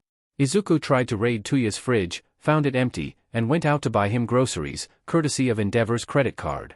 When he came back, neither of them noticed he was gone, but it was getting late enough that he was forced to pull them apart so Shoto could function semi-normally the next day. The train slowed to a stop, and Izuku spotted their classmates gathered up around Aizawa like a flock of birds, all buzzing with excitement. As they ambled over to the group, Aizawa gave them a nod of acknowledgement, then started giving them a speech on safety and not driving their mentors crazy. Izuku observed the group, almost immediately noticing an abnormally quiet Ida. Right, Ingenium was incapacitated by the hero killer during the sports festival. He's starting to wish he'd asked Mei for trackers. That would make this so much easier. But it's too late for that. The best he can do is wait patiently, steer his mentor in the direction of Hosu before it goes up in flames, and make sure his classmate isn't brutally murdered a second time. And maybe get him in therapy so he doesn't lash out at others. Dismissed. Aizawa's final word brings him out of his thoughts, and he gently steers his half-awake friend towards their platform. "It'll be fine. Izuku, I think our mentor is dead," Todoroki states blandly, staring at the old man laying in a pool of red liquid. "DMN, I brought him his favorite food as a bribe too. Oh well, I'll contact the police and we can eat it while we wait. I'm alive." Gran Torino leaps to his feet, a wide grin on his face. "I knew it." Izuku grins, and Todoroki just stares at their mentor, clearly too tired to react much to the sudden revival. "Izuku, our mentor is alive," he states, looking over at his green-haired friend with a blank expression. "What was that about my favorite food?" He grins, yellow cape still drenched in ketchup as he darts over to the 2 boys. "It's taiyaki, right? I brought some, if you're interested." Gran Torino's eyes light up, then they narrow. "Wait, there aren't supposed to be 2 of you." Izuku pulls a box of fresh taiyaki out of his bag, holding it out to the old man, who drools at the sight of it and lunges for it. He dodges the older man, smiling when his mentor skids to a stop and whips around, eyes narrow under his mask. "Teaching another teenager won't be an issue, will it? I'm sure you are more than capable of handling us both, right?" He dangles the box above his head, watching the older man's eyes narrow into slits, before he huffs. Yeah. Names and my food. Be quick about it." Izuku grins, tossing the food to the old hero, excitement buzzing through his veins. Ion and Hellfrost. Civilian names Izuku and Shudo. He doesn't bother with last names, watching Gran Torino's eyes light up as he darts towards his open kitchen. Setting his bag on the couch, he follows the older man, leaning on the doorframe. "To be honest, I'm not here to improve my quirk." The older man pauses, turns towards him, and gives him a disbelieving look. "Then why are you here?" Gran Torino asks. When Toshinori called, he'd make it sound like the boy wanted help with One for All. I'm here because you're my best shot at identifying All for One's various organizations, legal or not. What? The older man freezes, staring at the green-haired boy. I've compiled a list of companies that could be linked to him, and I'd like for you to review them and confirm if they are connected to All for One. Don't worry, All Might already told me most of it. You guys always face him in one-on-one fights, but you've never tried to tear down his empire. That's an oversight that I'll be fixing. After all, you need pretty extensive funding to be able to bioengineer anything. And a very good, morally corrupt doctor. Izuku pauses with an almost feral grin, enjoying the shock on his new mentor's face. I'll go get my computer. Todoroki, would you like some tea? He calls, looking over his shoulder. Anything caffeinated would be nice. Todoroki calls from the living room, sounding tired. You got it. Izuku turns back to his mentor, who's still watching him with wide eyes. Put on some water, please. We have a lot to go over. Gran Torino expected many things from his new charge. He expected a young, disillusioned boy. He expected bright-eyed naivety and blind faith in the hero industry. He expected a martyr-like sense of duty. What he got instead was a whip-smart boy who knew about an S-class supervillain and had an actual plan to take him down besides, punch and hope for the best. Where the hell did Toshinori find this boy? 4 hours and several cups of black tea later, they'd gone over at least half the companies in Japan, and they have a list of companies connected to All for One and a list of doctors that could be working for him. Todoroki is leaning on Izuku's shoulder as he makes his last edits to the list, fast asleep. What do you plan to do now you know which companies are associated with him? Gran Torino asks, reaching for the last piece of taiyaki. I'll systematically bankrupt them and make sure they can never get on their feet again. Also, I'll start investigating the doctors. The older man decides to ignore the not-so-legal activities for the sake of his long-standing hatred for the villain and changes the subject. I've been meaning to ask, why is the son of the number 2 hero here? He's supposed to be missing. Oh, he's fulfilling his deal with me. That reminds me. Have you ever worked with Endeavor? I'm building a case against him. Izuku lowers his voice, checking to make sure the other boy is still asleep. Gran Torino freezes, processing the words, then bursting into a fit of laughter. This kid is crazy. How did Toshinori even find you? He cackles gleefully, retreating to the kitchen with a large grin. The next day, Gran Torino orders them to put in their hero costumes and follow him. Significantly more rested than yesterday, Izuku and Todoroki follow him into a nearby alleyway. Alright, I didn't get the chance to test your skills yesterday. Fight me. Todoroki and Izuku look at each other, then the old man then at each other again, silently communicating for a minute before dropping into fighting stances. Press your hands together and send pressurized blasts of water at him to throw him off balance. I'll cover you. He mutters to the other boy, who nods. With that, they go back to back, and Grab Torino bounces off of the walls like a pinball, nothing more than a blur of yellow. Hours later, they all stop, out of breath. Izuku grins at the old man, who shoots him a glare. You DMN youngsters have too much energy. Todoroki slumps against Izuku, sweaty and ruffled. That energy helped us freeze you to the floor, sir. Gran Torino shoots them an indignant look, still stuck in his unfortunate position. Don't mouth off at me, boy. I'm more than capable of kicking you straight back to UA if you misbehave. You like my taiyaki bribes too much to kick us out. Izuku smiles sweetly, patting Todoroki's half-frozen shoulder. Gran Torino huffs, giving his charges a glare as he attempts to remove his feet from the ice again. Ion, why are we in Hosu? Gran Torino asks, looking around the train station. Izuku tightens his belt and gloves, looking around the almost empty station warily. The hero killer stain usually strikes 3 to 5 times per city. So far, he has seriously injured or killed 41 pro-heroes, including Ingenium. Coincidentally, Ingenium's younger brother is interning in Hosu. Due to the hero killer's recent high-profile takedown, the League will attempt to recruit him. It won't work, and Shigaraki will probably throw a temper tantrum and attempt to one-up the hero killer by attacking Hosu while he searches for his next victim. Todoroki slowly turns towards Izuku, giving him an "Are you serious?" look. He shrugs, tightening the buckles on his red boots. Are you saying Hosu is going to be under attack by 2 powerful villains? Gran Torino asks, staring at Toshinori's successor, who pulls his mask over his freckles. Probably. Todoroki just shakes his head, already numb to Izuku's chaotic and unpredictable nature. So Ida is going after the hero killer. How are we going to find him before he does? We probably won't. But, we have the advantage of an aerial view and general chaos to prevent anyone from arresting us for illegal quirk use. Boy, I don't think we should. A loud crash and screeching interrupts the older man's words. With a hidden smile, Izuku turns to Hosu. It's starting. Whips tight around his two companions, he uses float to slow their descent to the roof above the alleyway. Izuku, it's been a while and we haven't found him yet. Are you sure Ida will go after Stain? Absolutely. We just need to. Screech. A Nomu dive bombs them, papery skin reflecting fires from the building nearby. They'd been stopping to put out the fires with Todoroki's quirk, but hadn't seen any Nomu until now. Beaks open wide, teeth stained in blood, the sickly smell of corpses emitting from its maw, claws digging into his side. Izuku JRKS out of the way, depositing his companions behind a cooling until and pulling two of his knives from his pockets.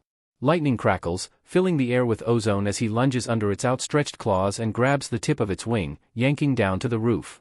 It crashes into the roof, making cracks in the concrete as he jumps onto its neck and uses his knives to pry its exposed brain out of its head. Expression carefully controlled, he sliced through the final muscle connecting the brain to its body. Instantly, it slumps like a puppet with its strings cut.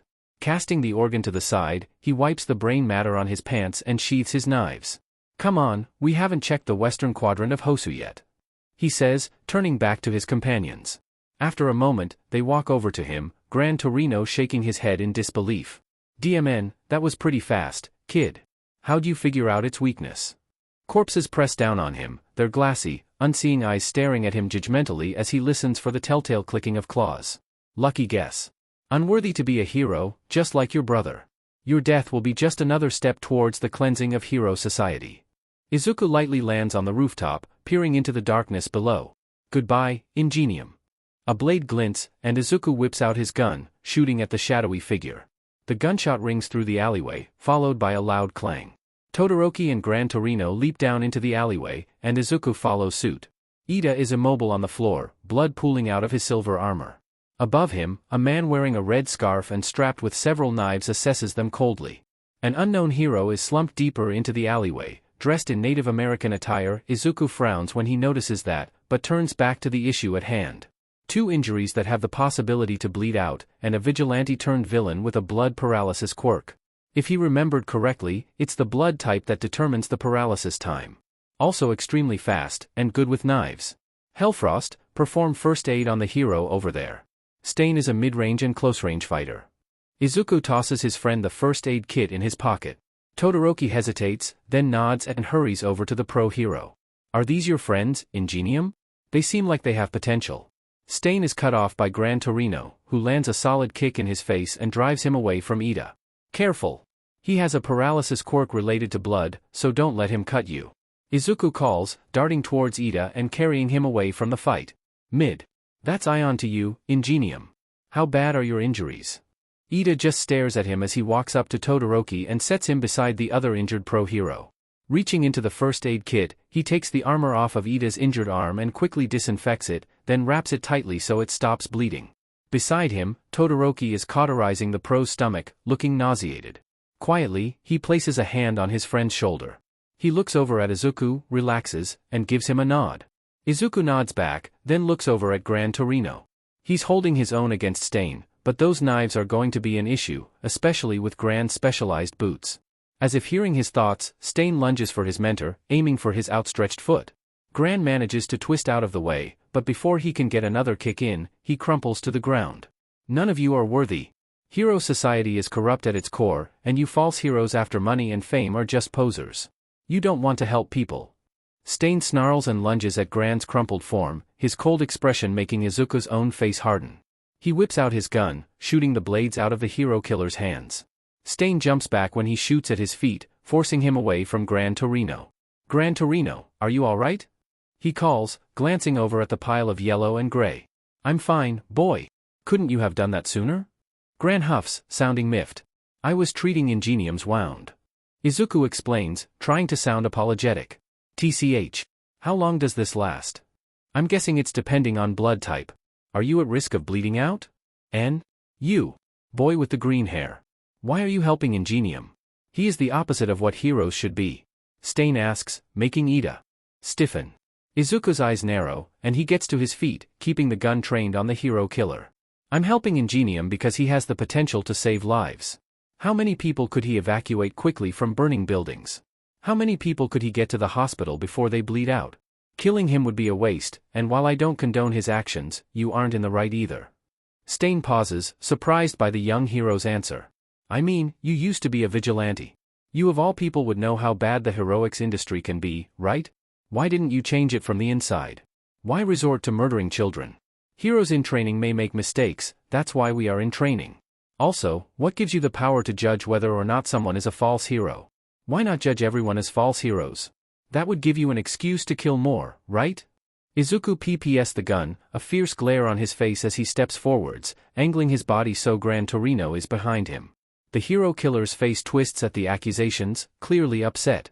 I'm only doing what's necessary for society. My actions are the product of a system that ignores those in the right and raises the fakes that want the money and glory without any of the heroism. No hero is worthy of the title besides All Might, so they must be purged. He yells, becoming more passionate with every word. Izuku pauses, staring at the serial killer to make sure he's serious. Really? He half asks, half states. I think I've met a rabid All Might fanboy in real life. Stain looks over at him, eyes narrowing at the boy's tone. Okay, you know what? Assume all of the fake heroes are purged and it's just All Might. Izuku says, completely done with this conversation already. This feels like being thrown back into an All Might fan forum. Crime rates would skyrocket, because All Might can't be everywhere at once. He's a human being, he has limits. I feel like everyone forgets that he has a life outside of heroism. It's FING ridiculous, honestly.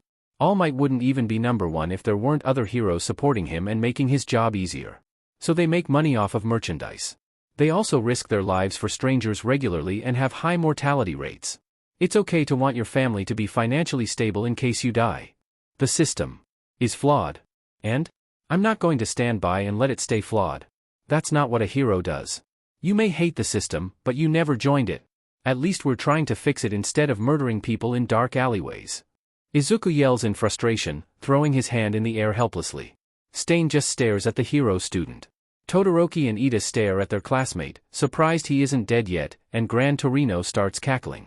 Ah, Tashinori, I was wrong. Your successor isn't just crazy, he's bats-hit insane. Anyone who verbally eviscerated the hero killer and dismantled his argument logically deserves a DMN medal. Whether or not the kid will be alive to receive it is another issue. Hellfrost, please tend to Gran Torino's injury. Izuku sighs, completely done for the day. What's your name, kid? Stain asks, finger tracing one of the blades strapped to his side. Ion. Izuku responds shortly. Well, Ion, I'll make you a deal. You, your mentor and the Todoroki boy leave Ingenium and native to me, and I'll allow you to live. Is he seriously trying to negotiate with a gun pointed at him? No, thanks. The man lunges, blades drawn. Black whip lashes out, flipping the hero killer upside down several feet above the pavement. As Stain struggles to stab the energy constructs and spouts nonsense, ineffective and a waste of energy, but Izuku wasn't going to stop him, the green-haired boy puts his gun back in its holster. Surveying the battered group, he silently wished for a caffeinated drink. No one warned him speaking the hero killer was like accidentally engaging in a comment war on an All Might fan forum. Good night, Stendhal. With that, he slams the hero killer into the concrete, effectively knocking him out. Cop cars and heroes start showing up when Izuku contacts the nearest police station. Todoroki and Gran Torino are checked over by paramedics while Izuku keeps a tight hold on the hero killer until they put Quirk suppressing cuffs on him. A police officer comes up to talk to him, but a paramedic pushes past them and checks Izuku over for injuries. You're okay, just a few scrapes and bruises. She confirms, shooting him a smile before hopping back into the ambulance. Gran Torino has a bandage around his leg, and Todoroki has a blanket, but they don't seem any worse for wear. Now, the pro-hero and Ida are being loaded into the ambulance. They're going to be pretty busy tonight. He sighs, flexing his sore arms. Hurling himself and two other people over several miles of city was practically asking for a dislocated shoulder, so he considers himself lucky to have gotten off lightly. The heroes are still there, gawking at the unconscious Stain when he hears the familiar screech. The sound of victory, the sound of despair, the monsters have found their prey, their beaks stained in blood, their bloodlust and thirst for destruction never quenched. A Nomo thunders towards them, spindly legs stretching as it screams its war cry. Mangled bodies, the faces of his friends frozen in anger or resignation as he turns his back on them, unable to even bury their bodies or mourn them as he drags Eri away while she screams and cries for their fallen friends.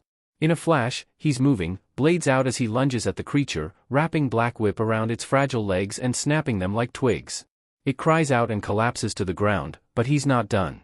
Face twisted, he leaps into its neck and carves out its brain, severing the final muscle and feeling it go limp under his grasp. A glacier crumbles to ash, their only barrier destroyed by a living nightmare, and they rush for the nightmare that radiates power as Mei pushes something into his hand. Panting, he stares at the limp Nomu under him for a minute before relaxing and sheathing his knives. The pro-heroes stare at him in shock, but he doesn't have the energy to care. Todoroki walks over to him and holds a hand out to him. "You would have been a good hero," he says with a rare, almost wistful smile. Izuku takes it, exhausted. The other boy helps him down, and he leans against him, grateful for the support. Todoroki just wraps an arm around the green-haired boy, surprised by how small he is. "Where did that DMN creature go?" A familiar, dreaded voice booms, making Todoroki flinch. In an instant, they're in a side alley and Todoroki is hidden from his father. In his arms, Izuku sighs and straightens up, knowing the attack is almost over. "Let's go." Hero Killer vs. UA Student, plus Endeavor's Missing Son. 1,543,986 views. Comments, 12,457. At Alien Surreal Holy Sheet Stain just got roasted by a kid eye. At Gangorkafan for Life YOO, that's the kid who didn't show up to his match at UAS first year sports festival? At Talavastity, is anyone going to ask why Endeavor's son was there? I thought he was missing. I'm so confused RN.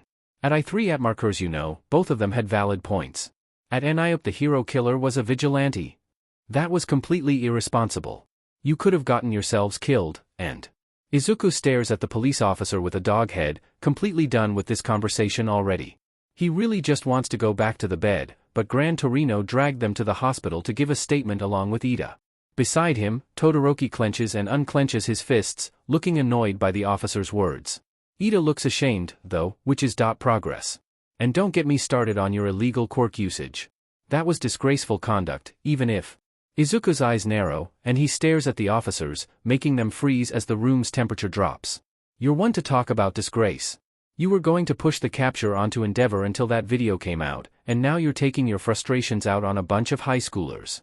Ida is aware of his wrongdoing, and Shudo and I were given permission to engage in defensive combat prior to our arrival at the scene. We didn't break any laws, and we certainly didn't disgrace heroes.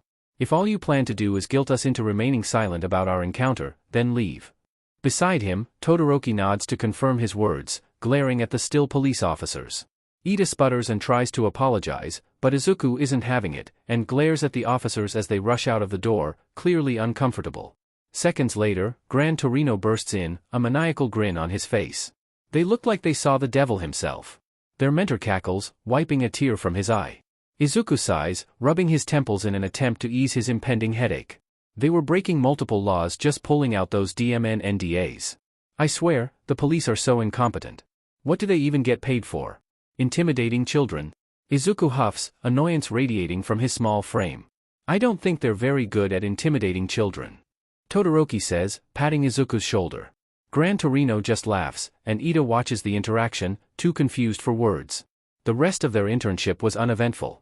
Though Inko nearly had a heart attack from the viral video and said as much over the phone, she was glad Izuku and Todoroki are safe. When the internship is over, Izuku gives Gran a parting box of taiyaki, and Todoroki gives him a miniature replica of his boots made of ice. As they settle on the train, people give them sideways looks, but no one approaches them. I like Gran Torino. He was nice. Todoroki says thoughtfully. Izuku smiles, happy his friend enjoyed their week, despite their involvement with Hosu. I like him too. He was very helpful. He agrees, adjusting his bag so it doesn't bother the person beside them. Do you think that I should start using my fire? Todoroki asks, looking conflicted. That was sudden. I mean, I should have helped with the Nomu or stain, but I couldn't really do anything. Todoroki frowns, looking down at his left hand. Izuku pauses, watching his friend for a moment. Fire has been used to hurt myself and those I love most of my life. It was hard for me to embrace that part of my quirk until I had to use it, and then I almost died and ended up like this. Todoroki gestures to his burned arm, and his brother watches with an unreadable expression. It was my only way to rebel against the old man. It was what made me feel in control. But in the end, it was what made me useless. Unable to protect my classmates or myself. My control would still be poor, if not for Tuya. I'm not a hero. I don't think I ever deserved that title. Quietly, he looks out the window, heart aching at the memory. It was one of their few breaks, while everyone else was resting. They'd opted to stay awake and answer his stupid questions, and it felt peaceful. Like the apocalypse was a bad nightmare. Learn to control your fire. You don't have to use it regularly, but you need to be able to use it in combat situations. Endeavor, this is for your safety. Izuku says firmly, watching Todoroki's eyes widen at his words. And while you're at it, why don't you learn some skills Endeavor thinks are useless? He suggests, eyes twinkling with mischief. Todoroki thinks over it, and a small smile steals across his face. There are a lot of skills he considers useless. Then you have plenty of things to pick from. Izuku grins, whipping out his notebook and pencil. Ida. Izuku says, standing right beside the class president. Said boy jumps a mile in the air, then whirls around and lightens up at the sight of the green-haired boy. Midoriya. Would you like to join us? He asks, adjusting his glasses. He's currently sitting at a table with Azui, Yaoyorozu, and Uraraka. It's an odd group, but he doesn't really have the energy to care. No, thank you. You said you were in my debt, yes? I'm not leaving any loose ends. The table collectively pales, except for Yaoyorozu, who watches the interaction thoughtfully. Ida now trying not to regret his thoughtless words, because he really did owe Midoriya his life nods, hoping he wouldn't be forced to do anything too drastic. Grab your lunch and follow me. Izuku turns around, hearing the hurried footsteps of his classmate follow closely behind him. The people they pass go silent, but the green-haired boy ignores it. Silently, he guides Ida down the hallways until he finds the door he was looking for. Okay, you can do this. Act like a normal person would. Izuku sighs, knocks on the door, and then opens it. A dog-headed man turns to greet them, looking surprised to see them. Ida looks surprised too, but he doesn't say anything. Hound dog, my classmate would like to see you once a week for a month, starting today. Ida stiffens, eyes widening when he realizes why he's there. Hound dog raises a bushy eyebrow, looking in between the two boys. Izuku shoots Ida a look, and the taller boy blinks. Could this be his favor? He wonders, confused but determined to repay his debt in any way possible. It is as Midoriya said. I would like to set up weekly appointments with you, if you will have me. He bows, and Hound Dog chuckles. And Izuku slips away, unnoticed by either party. Loose ends have been tied, and now he needs to find Todoroki. He disappeared before lunch started. Tsukachi is a simple man. He wants his coworkers to become more competent, and to start treating being a police officer like an actual job instead of a discount version of heroism, his colleagues' words, not his. He wants to eradicate the title of hero handler from his resume and life. He also would like better coffee in the staff room.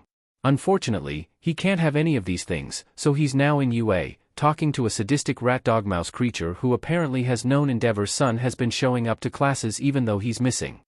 So you're telling me that the youngest Todoroki has been showing up for classes and even participated in internships since the sports festival?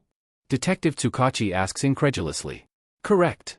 Nizu nods, smiling as he sips his tea. Truth. Beside the principal of UA is Shudo Todoroki, the kid who has been the subject of missing posters everywhere, without a single scratch on him. And why didn't you bother to inform your guardian that you were staying with your friend? He asks, his voice strained. Todoroki stares at him blankly, taking a long sip of his tea before responding. I informed my guardian. Truth. The detective represses his urge to scream. Just then, the door opens, and a boy with green hair walks in.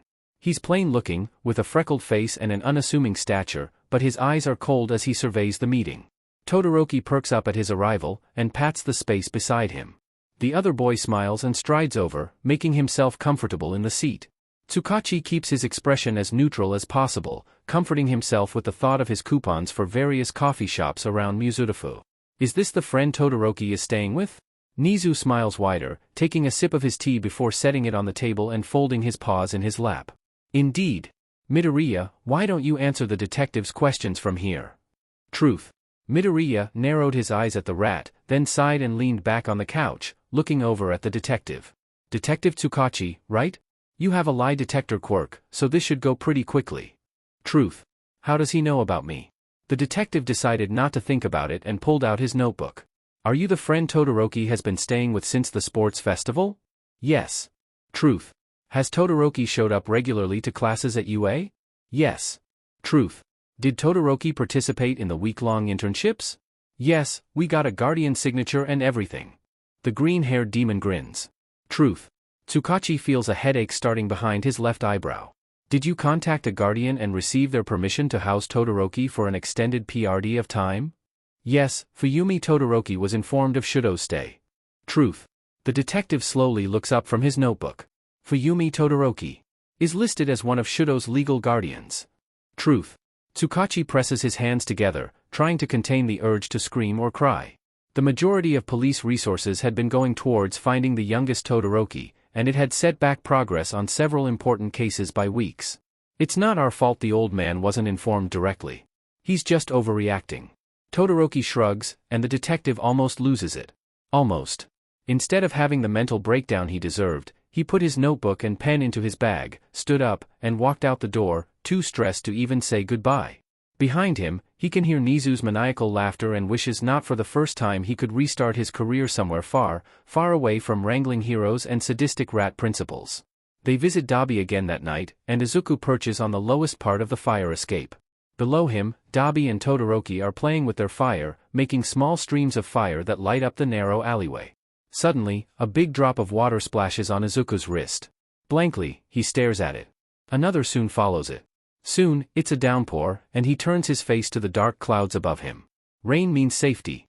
Nomu can't track you in the rain, Aizawa said, watching the dark sky with tired relief.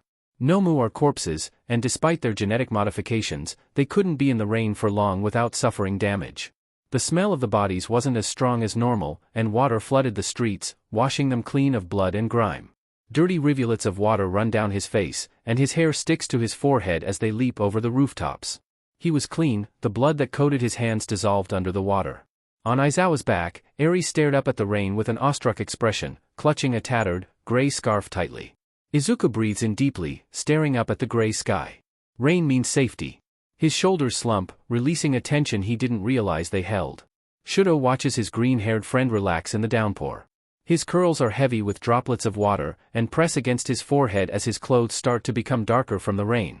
A light smile plays on Izuku's lips, something more genuine than he's ever seen on anyone before. His eyes partially are hidden under his curls, but they look out far away. Distant. More than usual. Shudo frowned slightly. Yet another thing to add to the disjointed puzzle that is Izuku Midoriya. Dabi watches his brother and the green-haired demon. The brat might be abrupt and overly confident, but he reunited him with his brother. Dabi never forgets a favor. Plus, Shudo seemed happy with the other boy, and they even called each other by their given names. Though something seemed off about the brat. Something that made the warning bell in his head go off. The tension in his body, how jumpy he is, the scars on his arms that look like bite marks from something entirely too large. It leaves him questioning who Izuku is, and why he chose to help their fed-up family. An relieved, elated chuckle, something he never thought he'd hear from his younger brother's friend, comes from above, and the green-haired demon stared at his cupped hands, completely forgetting they were there. What a weird kid. All for One is, in a word, annoyed. The more legal side of his criminal empire is currently being systematically destroyed, and he has no idea who's doing it.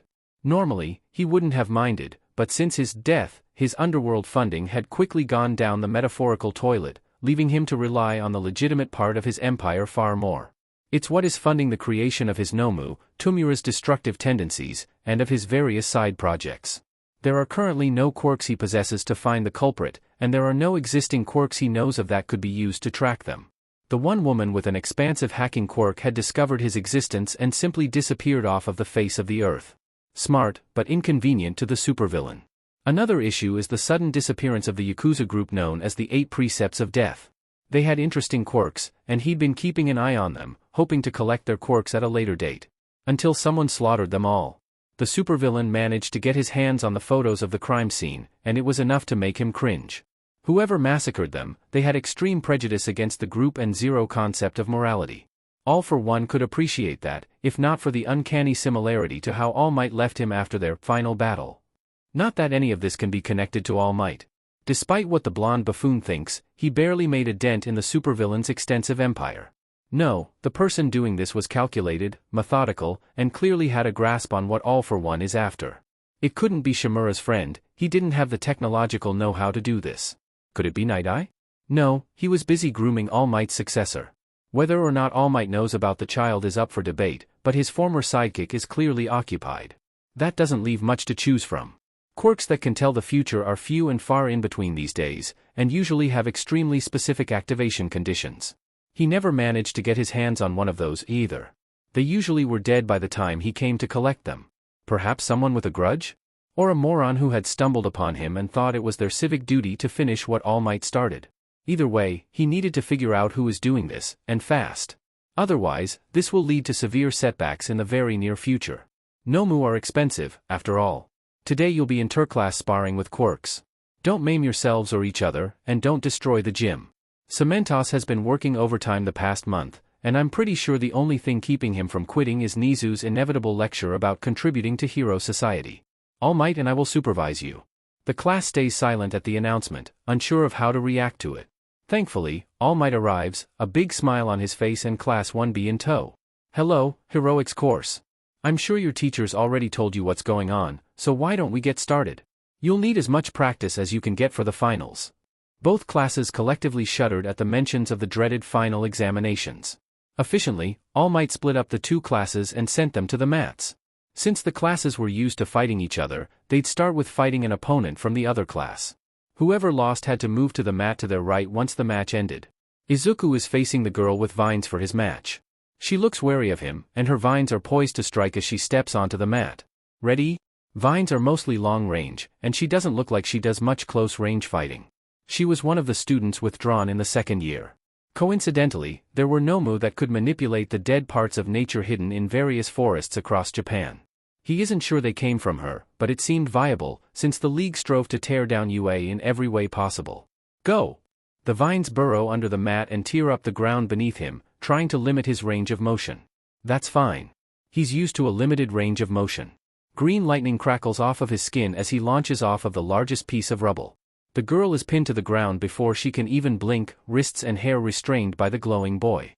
I concede. She says, a note of frustration in her voice. That move was supposed to be effective against most fighters, but the green-eyed boy's quirk is too versatile to combat. Izuku gets off of the girl, watching her face tick with frustration. Since he'd started fighting other humans, he noticed that it was typically far easier to take them down. He also noticed his classmates' low morale after he fought them, so he started giving out tips on quirk usage and encouragement. At first, Class 1A didn't know what to make of it, but eventually, they started coming to him for advice. Aizawa never directly acknowledged it, but Izuku noticed the sideways, appreciative glances at his classmates' progress when he thought no one else was looking. You're a good long-range fighter, but you need to be able to fight close range too. Someone with a fire quirk could easily destroy your vines, and then you'd be left defenseless. I suggest asking Snipe to teach you how to use a knife. He picks through the rubble and dirt, leaving the black-eyed girl confused. Was this really the infamous Izuku Midoriya? He wasn't scary, just normal. Well, abnormally skilled, but he didn't seem as malicious as the rumors said. She retreated from the arena, and a 1A student took her place. And so it continued. The ground underneath Izuku's feet is smoking and bubbling by the time Monoma appears, looking as smug as usual. Izuku watches the blonde from across the room, and suddenly, the image of a barely recognizable body flashes through his mind. Oh. Yeah, repression of that memory is definitely warranted. He'd been killed at Shigaraki's hand because he had a quirk too similar to All for One. F it up, but it made sense to eradicate the person who had the best chance of beating All for One. The blonde boy has been talking this entire time, carefully avoiding the puddles of acid and charred pieces of rubble with a smirk on his face. Judging from his attitude, he had several complexes that were currently being verbally taken out on the entirety of 1A. All of Monoma's other opponents have come out looking agitated, regardless of their victories. So he'll need to deal with this one's complexes as well as Bakugu's. DMN. And your hobo teacher. Honestly, what do you even learn from him? How to sleep in strange places. Monoma taunts, making every 1A student in hearing range stiffen. Aizawa was, undoubtedly, one of the best teachers most of them have ever had, and protected them at USJ. Izuku froze, staring at the blonde blankly. Monoma doesn't seem to notice the invisible line he just crossed, and continues making his way to the green-haired boy. Other 1B members stop fighting, looks of abject horror on their faces as Midoriya darts forwards and slams his fist into the blonde's cheek. There's no green lightning, no tendrils of darkness, no floating above the air. Just Izuku, with a cold expression and red knuckles.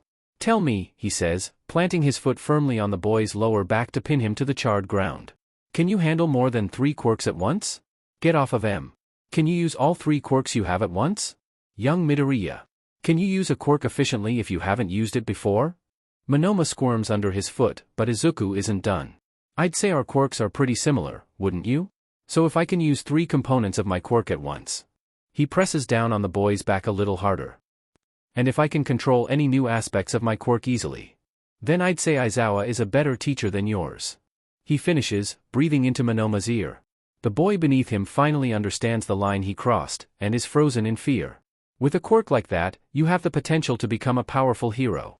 But one day, you'll fall to your own false pride, Monoma. And all of your lies will crumble, and no one will ever know who you truly were. Izuku breathes, feeling the boy go limp with shock underneath him. Done with his demonstration, he stands up, sticking his hands into his pockets and staring at the closest 1B students. Does anyone else have something to say about Aizawa-sensei? The room is deathly silent, and All Might is at a loss. Aizawa just watches the green-haired boy, the gears in his mind turning. It's 3 in the morning when it happens. He'd been awake since yesterday morning, having narrowed down the pool of candidates for the league's doctor to just 50 people. Background checking is tedious and time-consuming, but he only has 5 more to go through, then he can collapse for 24 hours. Shudo had reminded him repeatedly of the final exams being closer than ever and the importance of sleep, but gave up when Izuku told him he was doing review. It wasn't not review. There was a character analysis in his mock exam somewhere, but he couldn't quite remember where. Well, it's unimportant now. His next candidate pops up on his screen, a short, portly man with a bald head and a bushy mustache. In a world of quirks, his appearance is unassuming. The first part of the background check went well, and he noticed the man worked at the neighborhood clinic that shut down a few years after he was diagnosed quirkless. A deeper look into his file shows he had a grandson. Said grandson had a pair of draconic red wings, but his quirk acted more as a levitation quirk than anything else. Something itched at the back of his brain as he stared at the wings. They looked familiar. Frowning, he looked up the grandson's records. That's weird. The grandson went missing shortly after he started middle school. Right around the time the clinic shut down. That made sense, the grandfather would have been grieving. Except he disappeared off of the face of the planet. No missing persons cases were filed, but the man didn't even have an up-to-date living place. Something is wrong. The feeling grows stronger as he reviews the doctor's files. Frowning, he cross-references the doctor's date of birth with hospital records and finds nothing. No Tsubasa to be found. But there is a relevant medical license. Clicking on the document, he carefully read through it. And there it is. One medical license issued to a Daruma Yujikov. Looking up the name led him to the main webpage for Jaku Hospital. The man is currently on the board, and has a medical license. He is also highly regarded in the medical community because of his quirk singularity theory. That's strange. Quirk singularity theory actually isn't a new concept. It was introduced over 100 years ago, but was dismissed quickly by the medical community and the general public. If he remembers correctly, there were several articles, and even a video clip on it. It takes a little longer, but he finds the video deep in the recesses of the old internet. Izuku pales when he sees the clip. It's slightly grainy and obviously taken on an old phone, but it's him. The bushy mustache, the bald head, the bizarre goggles perched on his shiny head.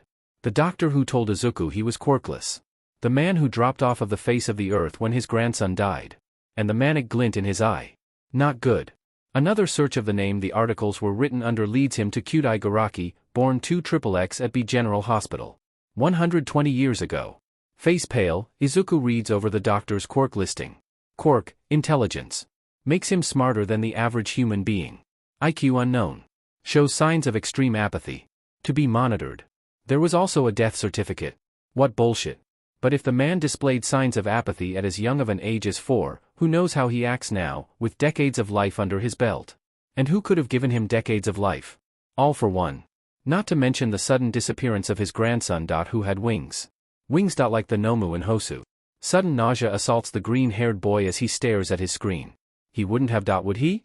If this was the creator of Nomu, the biological nightmares that haunted Izuku's dreams, then did he really have a line to be crossed in the first place?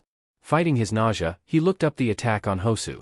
Pictures from the incident were pretty blurry, but once he saw the Nomu in action in a short clip, it was hovering, not flying. His nausea redoubled with a vengeance, leaving him soundlessly gagging. Who the F experiments on their own grandchild? After a long moment, he covers his mouth with his hand. A monster. That's what he is dealing with. Monsters that had lived at least a century, if not more. Even with his mental age, he didn't surpass them, just barely passing the 20 mark before. Firmly pressing down his memories, he noted down the name and place in code. Daruma Yujikov. Jaku Hospital Chapter Text. Dr. Yujikov slumps back into his chair, the echo of humming fading out over the sound of machines. Izuku doesn't have time to savor his victory, though. Quickly, he injects a special type of acid into the man's bloodstream, then turns to the computer. It's open, thankfully, so he permanently deletes everything, even the backup files ready to send out to other devices. With that done, he puts the same type of flesh-dissolving acid into the tubes that help the Nomo survive. They'll die in a matter of seconds. Then he leans down and pulls the plug out of the wall and carefully manipulates the sparks to start a fire that will destroy the wall of computers.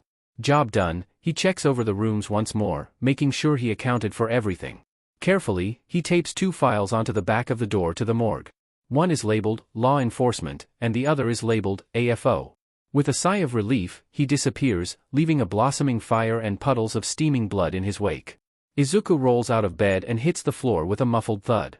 Beside him, Shudo watches his actions with mild interest. He'd always been a morning person, so watching another person be barely functional when the sun is out is a new experience for him. Of course, now that he was staying with Izuku, he always saw him in the mornings, but usually the boy was still awake when he woke up, or was passed out and didn't appear until after he'd taken a shower. Honesty, Shudo is worried for his companion's sleep schedule. Maybe he should take him to Recovery Girl and have her knock him out today. The stoic boy would say he's on decent terms with her, considering she teaches him first aid weekly. If he has concerns about Izuku's health, she'd listen, right? As he mulls over his friend's health, said friend Wormwiggles across the floor to the door, groaning with annoyance at the closed door. Slowly, he stands, using the wall to prop himself up. Shudo sighs as Izuku disappears, deciding to consult Recovery Girl on proper sleep schedules for his friend before the finals next week. After a light breakfast with a much more awake Izuku and his mother, they board their scheduled train. It's pretty crowded, so they both stand. The green-haired boy rests his head against the other boy's shoulder, dozing off on his feet as the train sways. By the time they reach UA, all traces of sleep are replaced by a blank, almost bored look. Shudo isn't surprised by the change. It's his companion's default expression, and not unlike his own. His genuine laughter and smiles are few and far between, but are reserved solely for Shudo, his brother, Ms. Midoriya, and occasionally the pink-haired support student he talks to. And that one time when it rained. Izuku. Get to class, problem children. The bell is about to ring. Aizawa's voice cuts off his sentence, making him still. Izuku just turns around and nods to the teacher whose usual sleeping bag is nowhere to be seen. Behind him is Shinso, who looks more exhausted than usual. His gravity-defying purple hair sticks out at odd angles, and there's brightly colored clips in it, along with several crude braids hanging on his forehead. Sensing Izuku's gaze, he meets his eyes with a closed-off expression. Izuku blinks, then grabs Shudo's hand and pulls him into class. Class goes by quickly, and 1A seems more tired than usual. When Aizawa dismisses them, they all rush out the door, energy levels restored for the most part. I think I'd like to train with my brother tonight. Are you busy? Shudo asks, voice bland as they make their way through the halls. Izuku considers his success last night, then nods. Yeah. I need some practice with a couple new aspects of my quirk. He agrees. Shudo raises his eyebrows, but doesn't comment. As far as he knew, there was 3 main aspects to his quirk. Could he have been training while staying up late? How did he miss it? Hey Shudo, where do you think Aizawa-sensei's sleeping bag went? Izuku's voice pulls him out of his thoughts. He slows, allowing other people to pass them. Maybe it was stolen? Shudo guesses, eyes narrowed in thought. The hallway is starting to empty out, and Izuku starts walking again, and Shudo follows him. Or Midnight Sensei pranked him. He offered, his tone as serious as always. Izuku chuckles at that. Then we won't ever be seeing her again. Aizawa-sensei is an underground hero. He knows how to get away with murder if necessary, and anyone who touches his sleeping bag is asking for it. Oh no. I liked art history. Shudo deadpans as they walk by the teacher's lounge. They hear a noise from behind the door, but ignore it, opting to head for the cafeteria doors. He's cut off when something grabs his hand. His entire body twitches, but he avoids lashing out because it's a very tiny hand and he doesn't want to accidentally harm anyone, much less a child. Besides, danger sense didn't warn him ahead of time, so this couldn't be a threat. Slowly, he turns around and sees a pair of bright red eyes staring up at him with a glimmer of hope. When he turns fully, her face lights up, and an almost desperate expression across her face as she jumps into his arms, hugging him tightly. Airy. He freezes for a minute before leaning down and ruffling her hair gently. Faintly, he hears a sniffle, and his chest tightens. Why is she crying? Don't leave me again. She wails, the heart-wrenching noise muffled by his uniform. His entire body softens as he returns the hug, eyebrows furrowed at her distress. I forgot she. His chest tightens painfully. He remembers just what she's been through, and just how scared she looked when Shigaraki dragged her away. He chokes, eyes pricking with tears. Gently, he wraps his arms around her, letting her wail into his uniform. Shudo just watches the odd interaction, completely lost. They sit like that a long time, until his eyes dry and Eri's sobs turn into small sniffles. Shinso and Aizawa, after scouring half of UA, find Eri with Class 1A's resident cryptid and his friend. The rest of the class eyes them, but doesn't attempt to come up and interrupt Eri's snack time, which consisted of apples and a box of flavored milk. She rests on Midoriya's lap, back leaning against the wall as she quietly talks with the green-haired boy. He responds equally as quietly, making it hard to follow their conversation. Shinso looks taken aback by the new development. It had taken her a solid week to even talk to him, much less sit on his lap. Was the food on the table a bribe? Did he threaten her? Mind whirling with questions, he almost misses his mentor-dad-teacher step up to the podium and look over at the odd trio. Problem child, return my other child to me. He instructs, eyes flaring a subtle red as he watches his student blankly stare at him, then go back to talking to Eri. After a minute, Eri straightens up and looks over to Aizawa. No eye contact, never any eye contact, with a stubborn gleam in her eyes. I want to stay with Izuku. She protests, wrapping her hands around said boy's neck, and looks over at Aizawa with fierce determination. It doesn't take long for Eraserhead to crumble. He sighs, smacks his hand to his face, and groans something about problem children banding together to cause him headaches. Everyone, sit down. Class should have started 10 minutes ago. Aizawa snaps, deciding this is more trouble than it's worth. Dimly, at the back of his mind, he wonders why Eri is so comfortable with one of his male students. He quickly dismisses it as he starts his lesson plan, lips quirking up at the annoyed look Shinso gets when he stares at Midoriya and Eri for too long. The school day passes quickly, and Eri clings to him the entire time, watching him take notes with his free hand. The other teachers don't comment on the odd duo, but he notices a few of them giving him the side eye. When the final bell rings to dismiss them, Shudo sidles up to them, looking slightly awkward. Izuku, are you planning to kidnap her too? The green-haired boy blinks owlishly, then stares up at his friend with an incredulous expression. For the last time, I didn't kidnap you. I just took you away from your house and family. He trails off at Shudo's hard stare. With guardian permission. The heterochromatic boy shrugs, and Eri carefully watches the interaction between the two boys. Did Big Brother save you from bad men too? She whispers, red eyes wide with curiosity. Shudo blinks and looks down at the little girl, noticing the scars crisscrossing her tiny, pale arms and legs. His gaze softens, and he nods once. Izuku smiles at the way Eri lights up at the confirmation, her hands leaving the messenger bag she was tightly clutching before. I knew it. Big Brother is so strong. She cheers, catching the attention of the few students in the classroom. Izuku can feel Shinsu's eyes boring a hole into the back of his head, but elects to ignore it.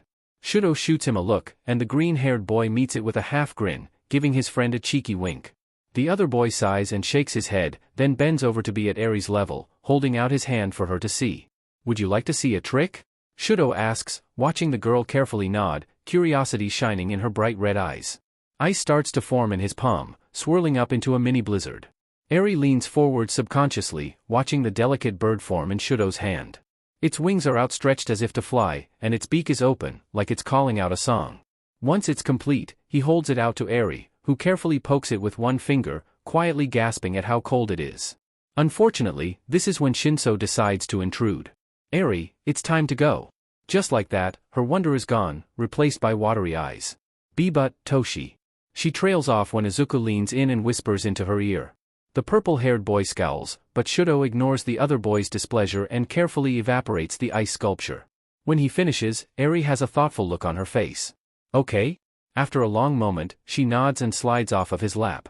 Shinsu's scowl lets up, and he gives her a soft smile. She returns it, hesitation gone as he guides her out of the now empty classroom. So we aren't keeping her. Shudo states blandly. No, she has a loving family now.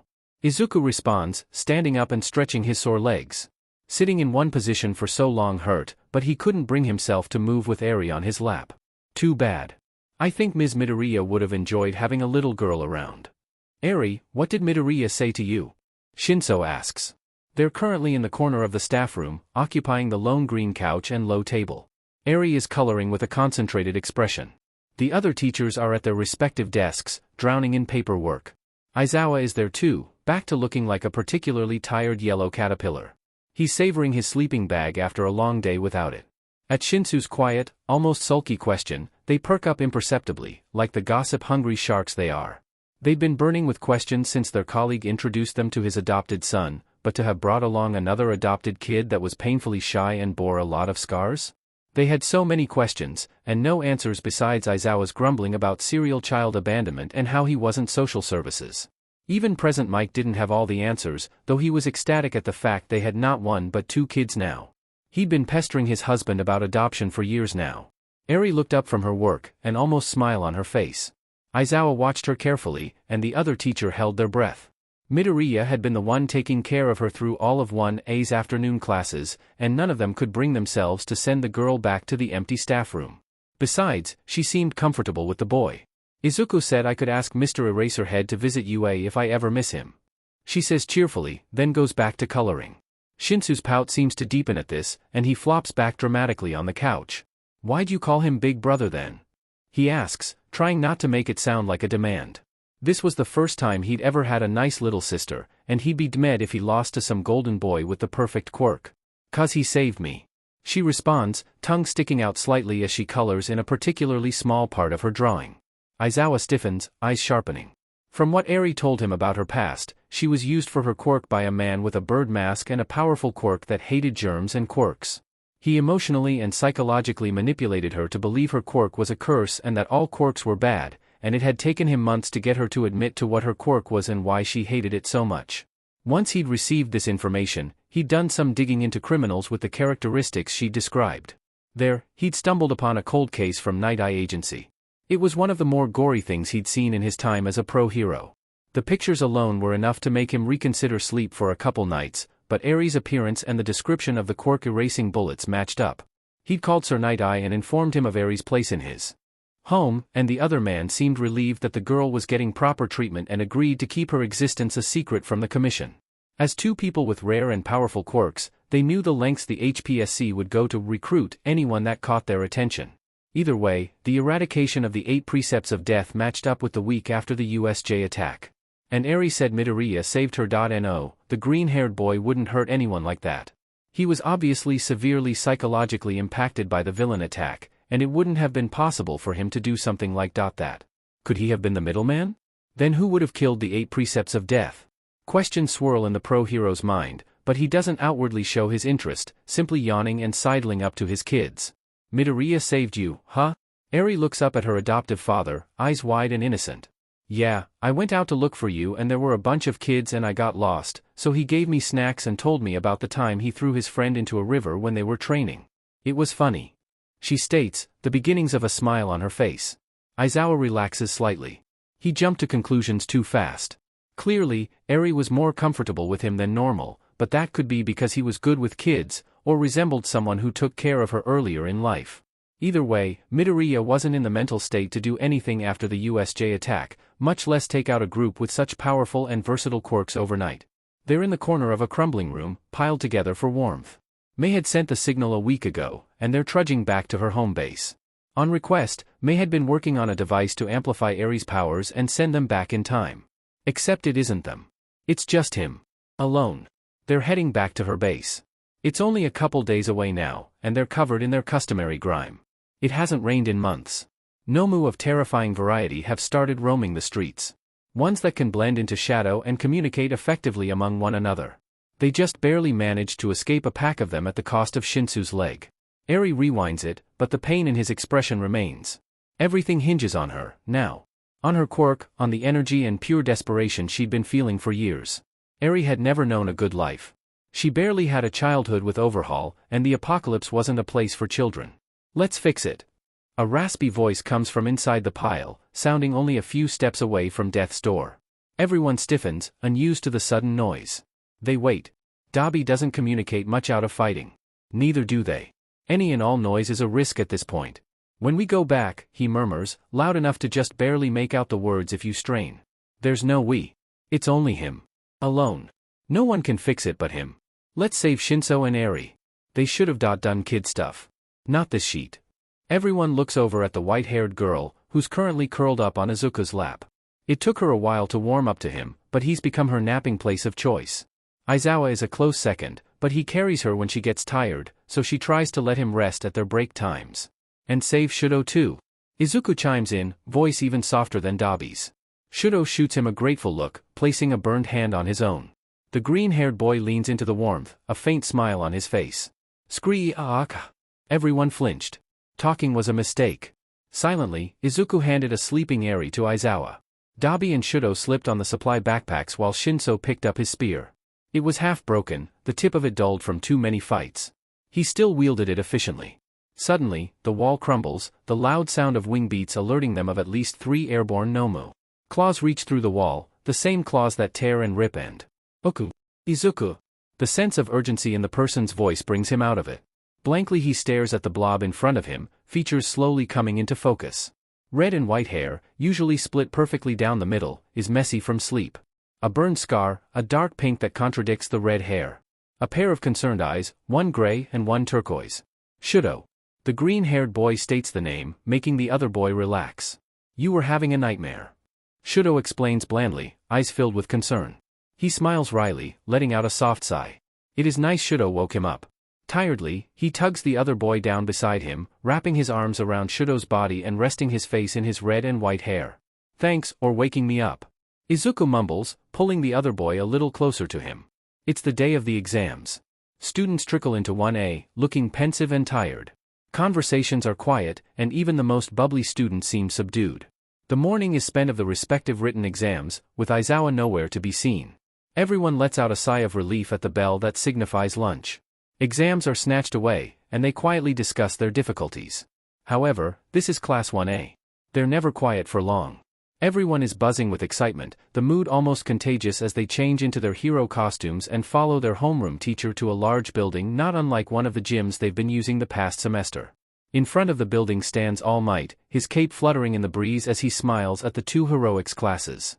It falls silent when Vlad King and Aizawa move to stand beside him, everyone straining to see what would happen next. As some of you know, in the past, we have used robots in the final exam for heroics. However, considering the recent villain attack on UA, it has been decided that the heroics courses need to be challenged more, so that they can be prepared for anything. Therefore, the school board discarded the robots and came up with a completely new idea altogether. There's a rumbling in the crowd at the announcement, but most stay silent, hoping to glean as much information as possible from the pro hero.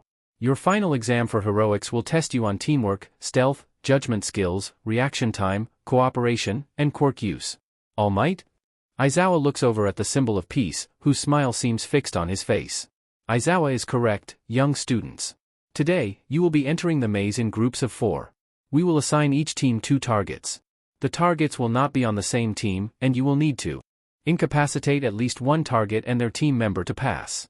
The crowd of students erupts with questions, but Aizawa glares at them with red eyes, effectively silencing them. Like All Might said, you will have 2 targets, and you will be required to incapacitate one of their teammates to pass.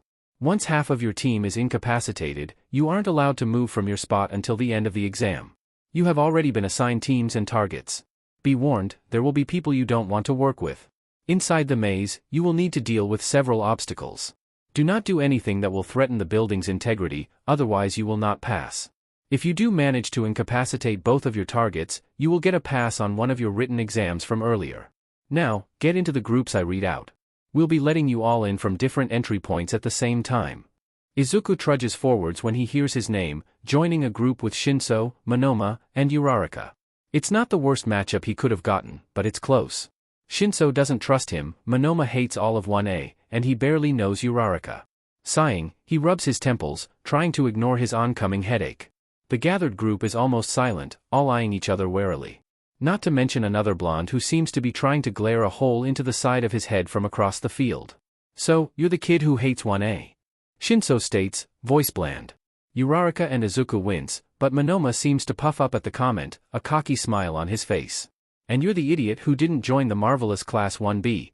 He points his finger at Shinso dramatically, and Izuku represses a long-suffering sigh. Shinso doesn't really react, and it quickly falls silent. Uraraka opens her mouth to speak, but stops when she notices Monoma and Shinsu's matching annoyed looks shot in her direction. Izuku's eye twitches.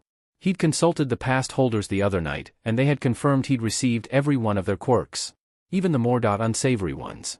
But he still hadn't managed to get up to 100% of the base quirk without pain, and he's running out of time. They hadn't really had any advice besides, put yourself in a stressful situation and hope for the best. Is this his stressful situation? Or does he need to hunt down another villain organization to get a proper handle on this DMN quirk? It's not that he isn't grateful for their communication, but he needs to be at his full potential to face All for One, and taking an exam isn't a good way to train in anything but restraint. Restraint won't get him anywhere. Not against someone whose quirk could be compared to a demigod. Dimly, he hears Monoma and Shinso trading insults, but he's too annoyed to care. Why did he choose a hero school as his cover? Because All Might gave you his power. A tiny, quiet voice reprimands him. Maybe it's the last part of his sanity. He doesn't care. Letting out another quiet sigh, he looks up, surveying the groups. The teachers already led the groups to the entrances, but he managed to catch sight of some potently dangerous duos. Unfortunately, his teammates are too busy arguing to care. Before he can interrupt, Uraraka seems to have had enough, and marches up to the bickering pair. A quick smack to the back of their head silences them, though it earns her venomous glares. She doesn't seem to care, though. You two need to get your sheet together. In case you're deaf, we need to work as a team.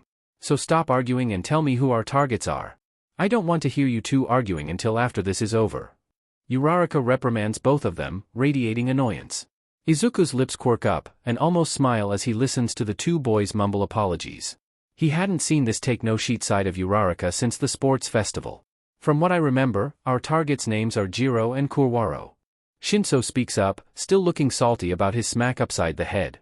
Izuku blinks, reviewing the information he has about the two. He may not pay attention to names so much, but quirks he could remember. Jiro was the one with good hearing. She would be hard to sneak up on, and unless her team had a heavy hitter, they'd probably hide and play defense. The other one was in 1B. But he's pretty sure the person has a quirk that lets them blend into anything black. Helpful, and extremely stealthy. Theoretically, they would be able to pass through Black Whip. Both of our targets are based on stealth. I can understand why Aizawa-sensei would assign them to us. Shinsu's quirk might be the best chance we have at beating both of them. Of course, we can't discount their team members. I'm pretty sure I saw Tokoyami on Kurwaro's team, and they would make a good pair if Kurwaro's quirk works the way I think it does. As for Jiro, if she and her team decide to play the stealth game, she'll probably plug her ears into the wall. From there, Shinso could use his quirk on her to locate her or immobilize her. I didn't get the chance to see her team members though, and Aizawa-sensei also said we'd be working with people we don't like. The people she wouldn't like. Probably would be the louder members of the class. But would he risk negating her quirk like that? Izuku trails off, tapping the holster of his gun as they stand in front of their entrance. Anyway, I think Jiro would be the best person to go after, because Uraraka and I can cause something to catch her and her teammates off guard.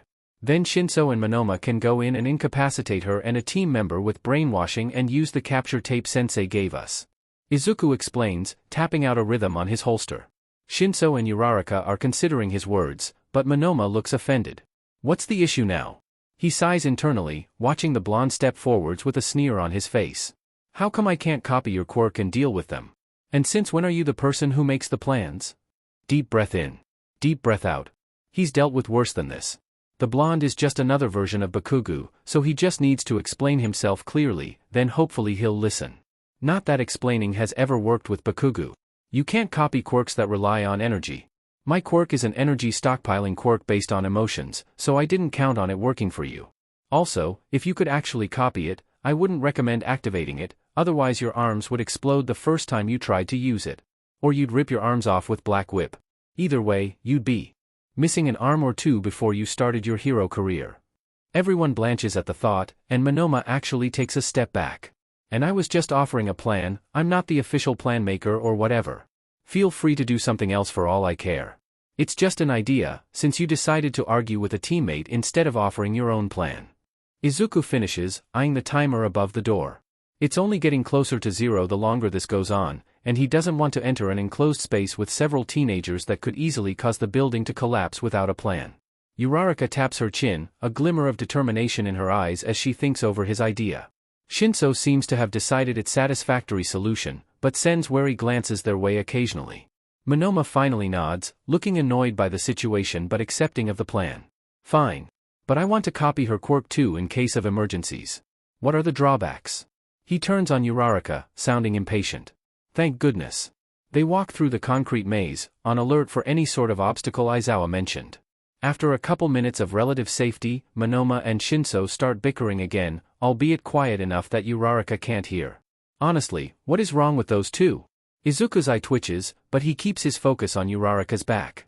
She creeps along the walls, footsteps light and body on alert. How she hasn't heard them arguing yet is beyond him, but he doesn't comment. Better to let it die out than intervene and cause a bigger fuss. Suddenly, Uraraka stops, holding a hand up for the group to do the same. Izuku peers over her helmet and spots a massive hole in the floor. Quietly, he observes the rest of the hall and judges it relatively safe. Danger sense isn't warning him of anything either, so it should be okay. Now, the gap in the floor isn't small enough to jump over without quirk use, so all he needs to do is use float and a little bit of one for all. I can get us over it. He offers, peering over the high drop. It's deep enough that he can't see the bottom, which means a broken bone for anyone that messes up. The group silently congregates around him, and he bends down a little, offering his back to Uraraka. She hops on, then he turns to the two boys, who look somewhat pensive about the hole. Finally, Shinso steps forwards. Izuku wraps his left arm around his waist and snatches Monoma by the collar with his free hand. A slightly muffled shriek punctuates their glide over the hole, but his passengers stay still. He lands lightly on the other side, carefully setting down his teammates. Monoma is slightly pale, and Shinso resembles a disgruntled cat. Uraraka gives him a grateful smile, which he returns, albeit faintly. It takes a while to find Jiro, but she gives herself away by the quiet scuffle and muffled discussion with her teammates. They're on the other side of a wall, which would be an issue if not for Izuku's quirk. Uraraka looks over at him, silently holding up 3 fingers as a silent countdown. Monoma and Shinso back away as lightning crackles across his body, and he steps forwards, careful not to crack the floor as he lifts up a foot and kicks down the wall. Crash! Uraraka rushes forwards, touching the biggest pieces she can find and flinging them into the quickly disappearing smoke. Jiro is on the floor, clutching her head. Mina, a girl with pink skin who can produce acid, is standing in front of her with a confident grin on her face. Behind them are 2 boys Izuku doesn't recognize. Ignoring them, he slams his foot into the floor, creating more rubble for Uraraka to use.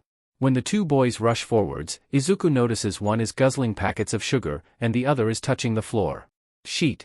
Izuku's face hardens as he leaps into the air, grabbing his teammates with Black Whip to avoid the now soft and squishy ground. Monoma lets out a shout of protest, but he ignores it, setting Uraraka on a large piece of floating rubble. After that, Izuku uses his free hand to grab the edge of the destroyed wall and launch himself at the boy who's concentrated on the floor, his descent punctuated by indignant yells. The boy looks up just in time to be kicked in the jaw. His eyes roll to the back of his head, and the ground returns to normal. Izuku drops his companions near the circle of acid and starts dodging the boy who was guzzling sugar. Sato? His quirk was strength from eating sugar. The drawbacks were that he lost brain power while using it, so his attack patterns are easy to predict. Redirecting the boy's large fist into the wall, he ducks under the other fist and punches him in the stomach. The other boy doubles over, and Izuku dances away, quickly wrapping up the boy who made the floor squishy in capture tape as Sato threw up in a corner. Shinso and Monoma are yelling out insults almost in sync, but Mina and Jiro aren't responding. A glob of acid flies at Monoma, and Izuku sends out a tendril of Black Whip to catch it and throw it back. The blonde boy looks over at him with disbelief, but he's already rushing over to Uraraka, who looks nauseous. Suddenly, Jiro freezes, eyes gaining that vacant look that shows she's under the effects of Shinsu's quirk. Before Mina can jostle her, Uraraka slaps her hand on herself and rockets past Izuku, capture tape in hand. Grabbing Jiro by the collar, she swings herself around the purple-haired girl's body, wrapping capture tape around her right before Jiro's earjacks rear up like snakes and stab into Uraraka's hand. With a surprised shriek, Uraraka lets go, but it's too late. Their target and one of her teammates is captured. Before the brown-haired girl collided with the wall, Monoma grabs her hand and pulls her towards him. She stops, then promptly throws up. Using her quirk on herself must be one of her finishing moves. Monoma and Shinso jump back on sync, and Uraraka leans against the ruined wall for support. Black tendrils wrap around the shell-shocked Mina, who wiggles and attempts to get free. Izuku ignores it, depositing her beside Sato and slamming Black Whip into the rubble-strewn ground. Cracks spread across the floor, blocking the remaining teammates from attacking them. Are you feeling alright, Uravity? Izuku asks, tossing Jiro and the unconscious boy behind the fissure in the ground. I am okay. How's everything on your end? She calls back weakly. The other team has been dealt with. Any injuries? Shinso and Monoma confirm they don't have any injuries, but Uraraka doesn't respond. Frowning, he turns back to his teammates. Shinso looks dusty, and Monoma is brushing off his hero costume, a suit not unlike a pre-Quirk magician's, with a vaguely annoyed expression. Uraraka is keeled over a piece of rubble, and her body shakes as she dry heaves. Yikes. None of the rubble is floating anymore, but that final move must have taken a lot out of her. Carefully, he picks his way through the rubble, eyeing the trembling girl. When he approaches her, she sits up, clutching her helmet. From what he remembers, it's supposed to help with nausea from her quirk. So is most of her costume, actually. But technology can only go so far. Uravity, could I see your wrist please? Uraraka nods, and holds out her wrist to him. Gently, he presses a few pressure points that relieve nausea. Her entire body relaxes once he's done, and he gives her hand a light pat before looking over at the other two boys. We should keep moving. Other teams will start looking for the source of the noise soon. Shinso nods. Monoma scoffs. Uraraka gets to her feet shakily, but with determination in her eyes. With that, they're off again, ignoring the yells of complaint from the other team. The final exams are officially over. Please make your way to the exits. All Might's voice crackles through the overhead speakers. Izuku releases his victim classmate and looks around for the rest of his team. They'd split up to deal with a high-mobility team, and he hasn't seen them in several minutes. Oh well. The exercise is over, so there shouldn't be any more issues now. He looks down at his classmate Kaminari, who short-circuited a while ago and still hasn't come out of way mode. He's been working on remedying his habit of putting himself out of commission, but the blonde still does it when he gets overwhelmed. Sighing, he hoists the drooling boy over his shoulder and starts for the entrance. What should Shudo and I do to celebrate? It turns out that the entire class had a mall trip planned to celebrate. Izuku and Shudo are roped into it, despite their antisocial tendencies. The green-haired boy decides to save his surprise for later, knowing that Shudo needs to interact with others more. It's a relatively warm day, so Izuku forgoes his usual long sleeves as soon as they get on the train.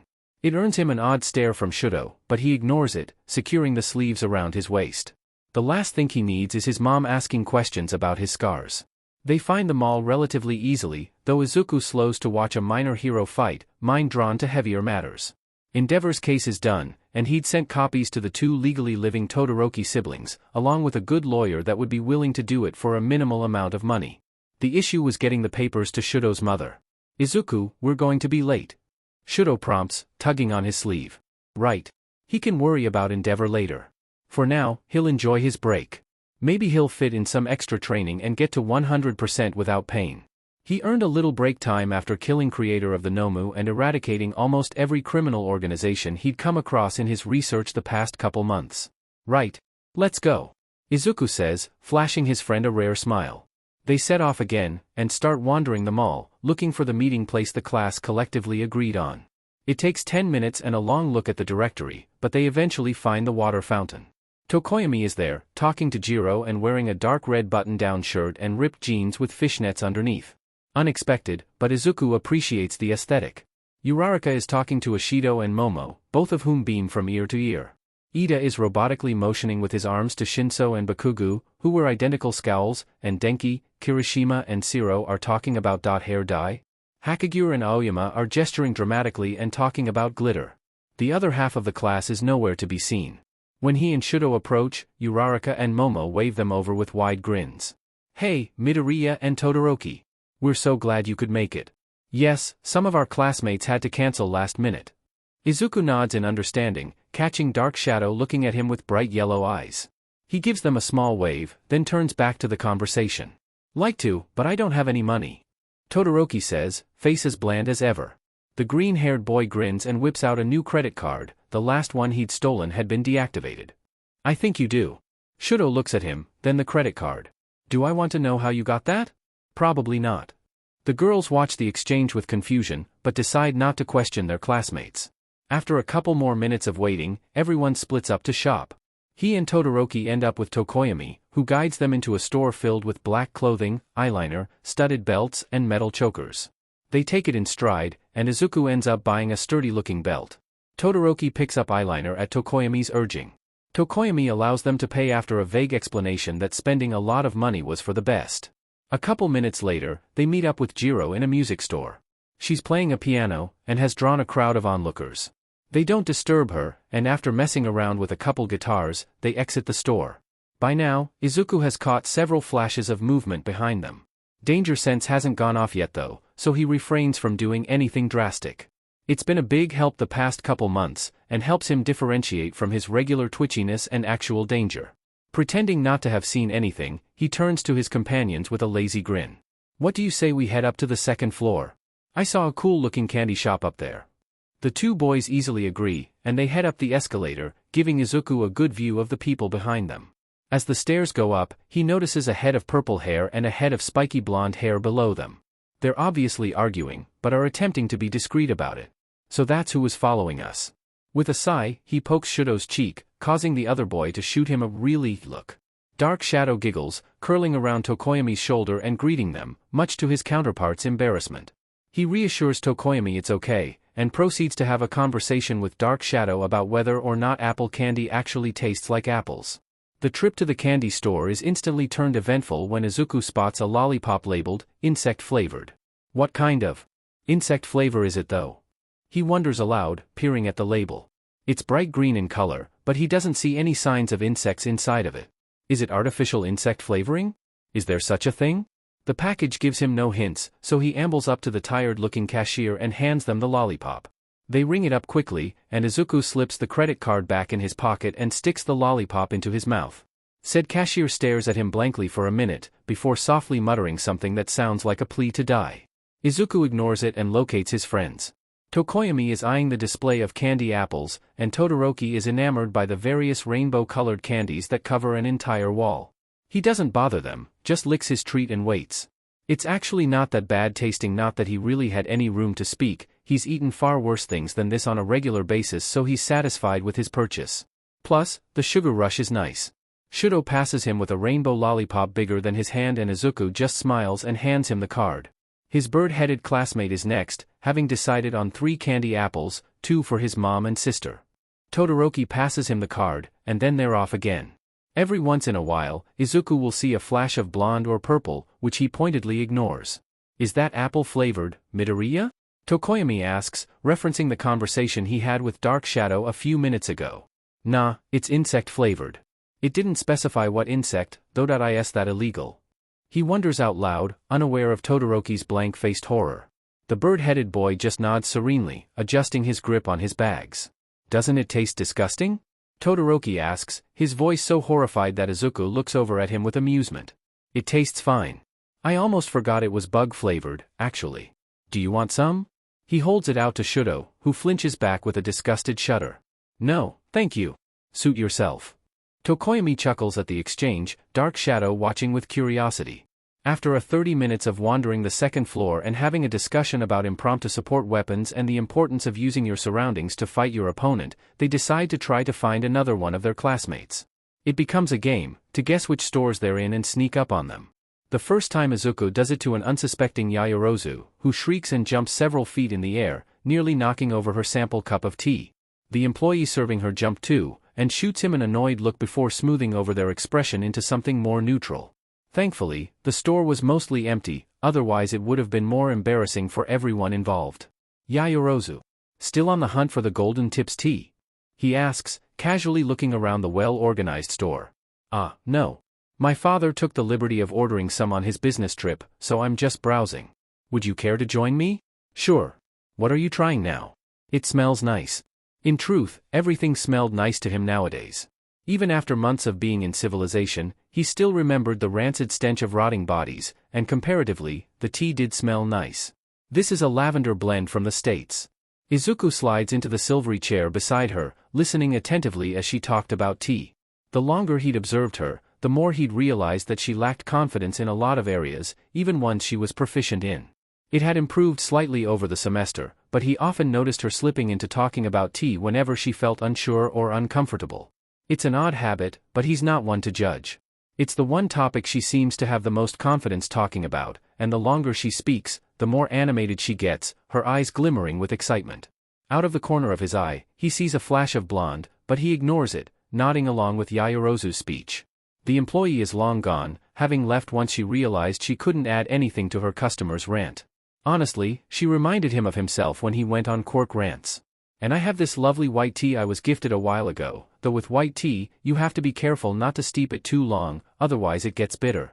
The same can be said for green, and even black if you're not careful. As for the lavenders and mints, one must be careful with the flavor balance on those, otherwise they may become too soapy or reminiscent of toothpaste.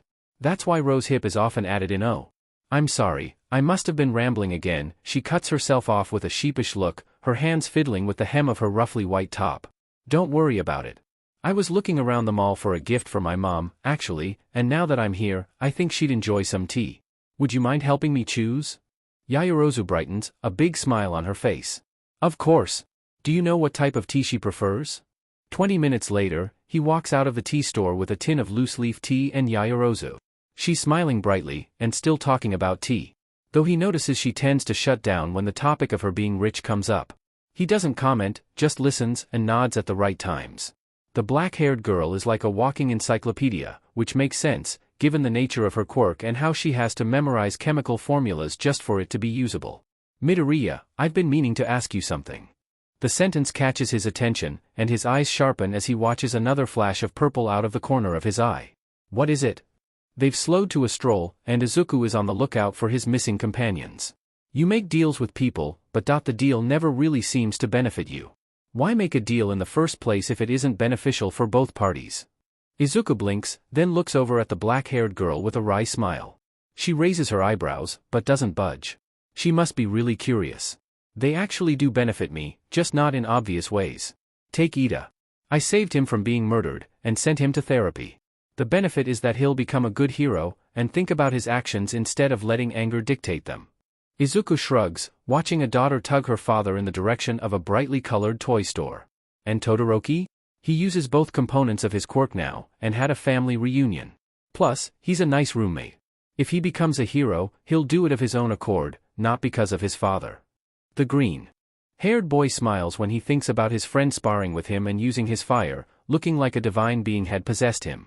As for you, I think you need to trust yourself more. With your quirk, you're basically a god. And not just because of evolution, it's also because you worked hard to make it that way. Your determination and skill have gotten you here, and that's incredible. Helping you show off your talents was a good way to get you to Fat Gum, who in turn helped you understand your quirk. He's also very good with bringing up people's confidence. You've gained some since the beginning of this semester, and I'm sure you'll make an awesome hero when the time comes. By now, Yaoyorozu is pink from the encouragement, and looks away with a shy smile. You're really looking far ahead, aren't you, Midoriya? Izuku chuckles, slowing to a stop when they reach the rail that keeps them from falling to the ground floor. As he looks over the crowd of people, something warm lingers in his chest. Yeah. He spots a head of red and white hair in the crowd, along with another head of spikier red hair. Kirishima has his arm around Shudo's shoulders, and his roommate wears a thoughtful look on his face.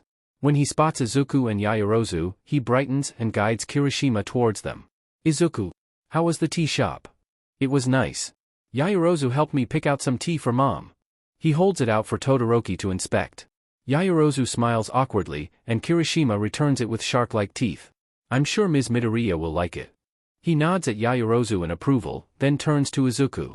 Kirishima just told me that I can bleach the red out of my hair. Do you know how to do it properly? Izuku winces at the thought of the last time he tried to mess with his hair. Definitely not. I know a person who owes me a favor, though. Said favor was beating the sheet out of her when she attempted to mug him and then pointing her in the general direction of a job that didn't discriminate against mutation-type quirks afterwards. It happened that she had experience working with hair, so in the end it turned out pretty well. Let's go sometime before our trip. Shudo decides, twisting a strand of his red hair in between his fingers. You got it. A loud argument reaches their ears, and Izuku spots Shinso and Bakugo a couple feet away from them, looking ready to beat each other's faces in. The crowd just moves around them, and they get the occasional annoyed glance. Ah, he finally snapped. Lips twitching, he whips out his phone and takes a picture for later uses, then calls out to the two boys. Shinso, Katsuki. Nice to see you here.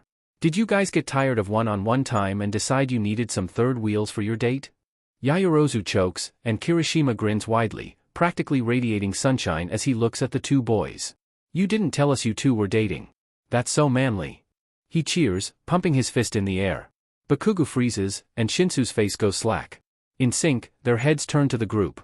It's eerily silent, and Izuku can see a vein in Katsuki's forehead pulse. Shinso, on the other hand, looks confused, but quickly recovers. No. I might be gay as hell and prefer blondes, but this one I'll pass on. I have the feeling I'd go deaf before I even started my career. The hell did you say about me, you mindfuck BSTRD?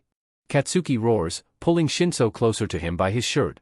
To his credit, Shinso doesn't even flinch, just gives the explosive blonde a lazy smile. You heard me. You aren't my type. I'm everyone's type, a-hole. Katsuki howls, violently shaking the purple-haired boy in anger. Izuku shoots them both an innocent expression, relying on his baby face for once. Oh, sorry for the misunderstanding. I get it, Katsuki just isn't for everyone. It takes a certain type of person to date a walking bomb. Katsuki's head whips to him, and with a snarl, he launches himself at Izuku, hands outstretched to throttle him. Izuku leaps out of the way, feet landing on the railing as he sways above the drop. Too slow. Kirishima and Yaoyorozu move to help him down, but Todoroki stops them by walking up to Izuku and grabbing his arm. What have we said about high places? Just because you miraculously came out of a 20-story drop doesn't mean you can jump off of high places, especially where people can see you and have heart attacks. He scolds, giving Izuku a glare with no heat in it. It kind of reminds him of his mother's, "Don't do anything dangerous or I'll throttle you," and sob at the same time. Look. Sighing, he gets down and pats Shudo's hand. Is this because you thought I died and made an ice slide to get to me faster before you realized I was alive? What was I supposed to think? You didn't even use your quirk. Shudo protests, sounding more put off than usual. Fine.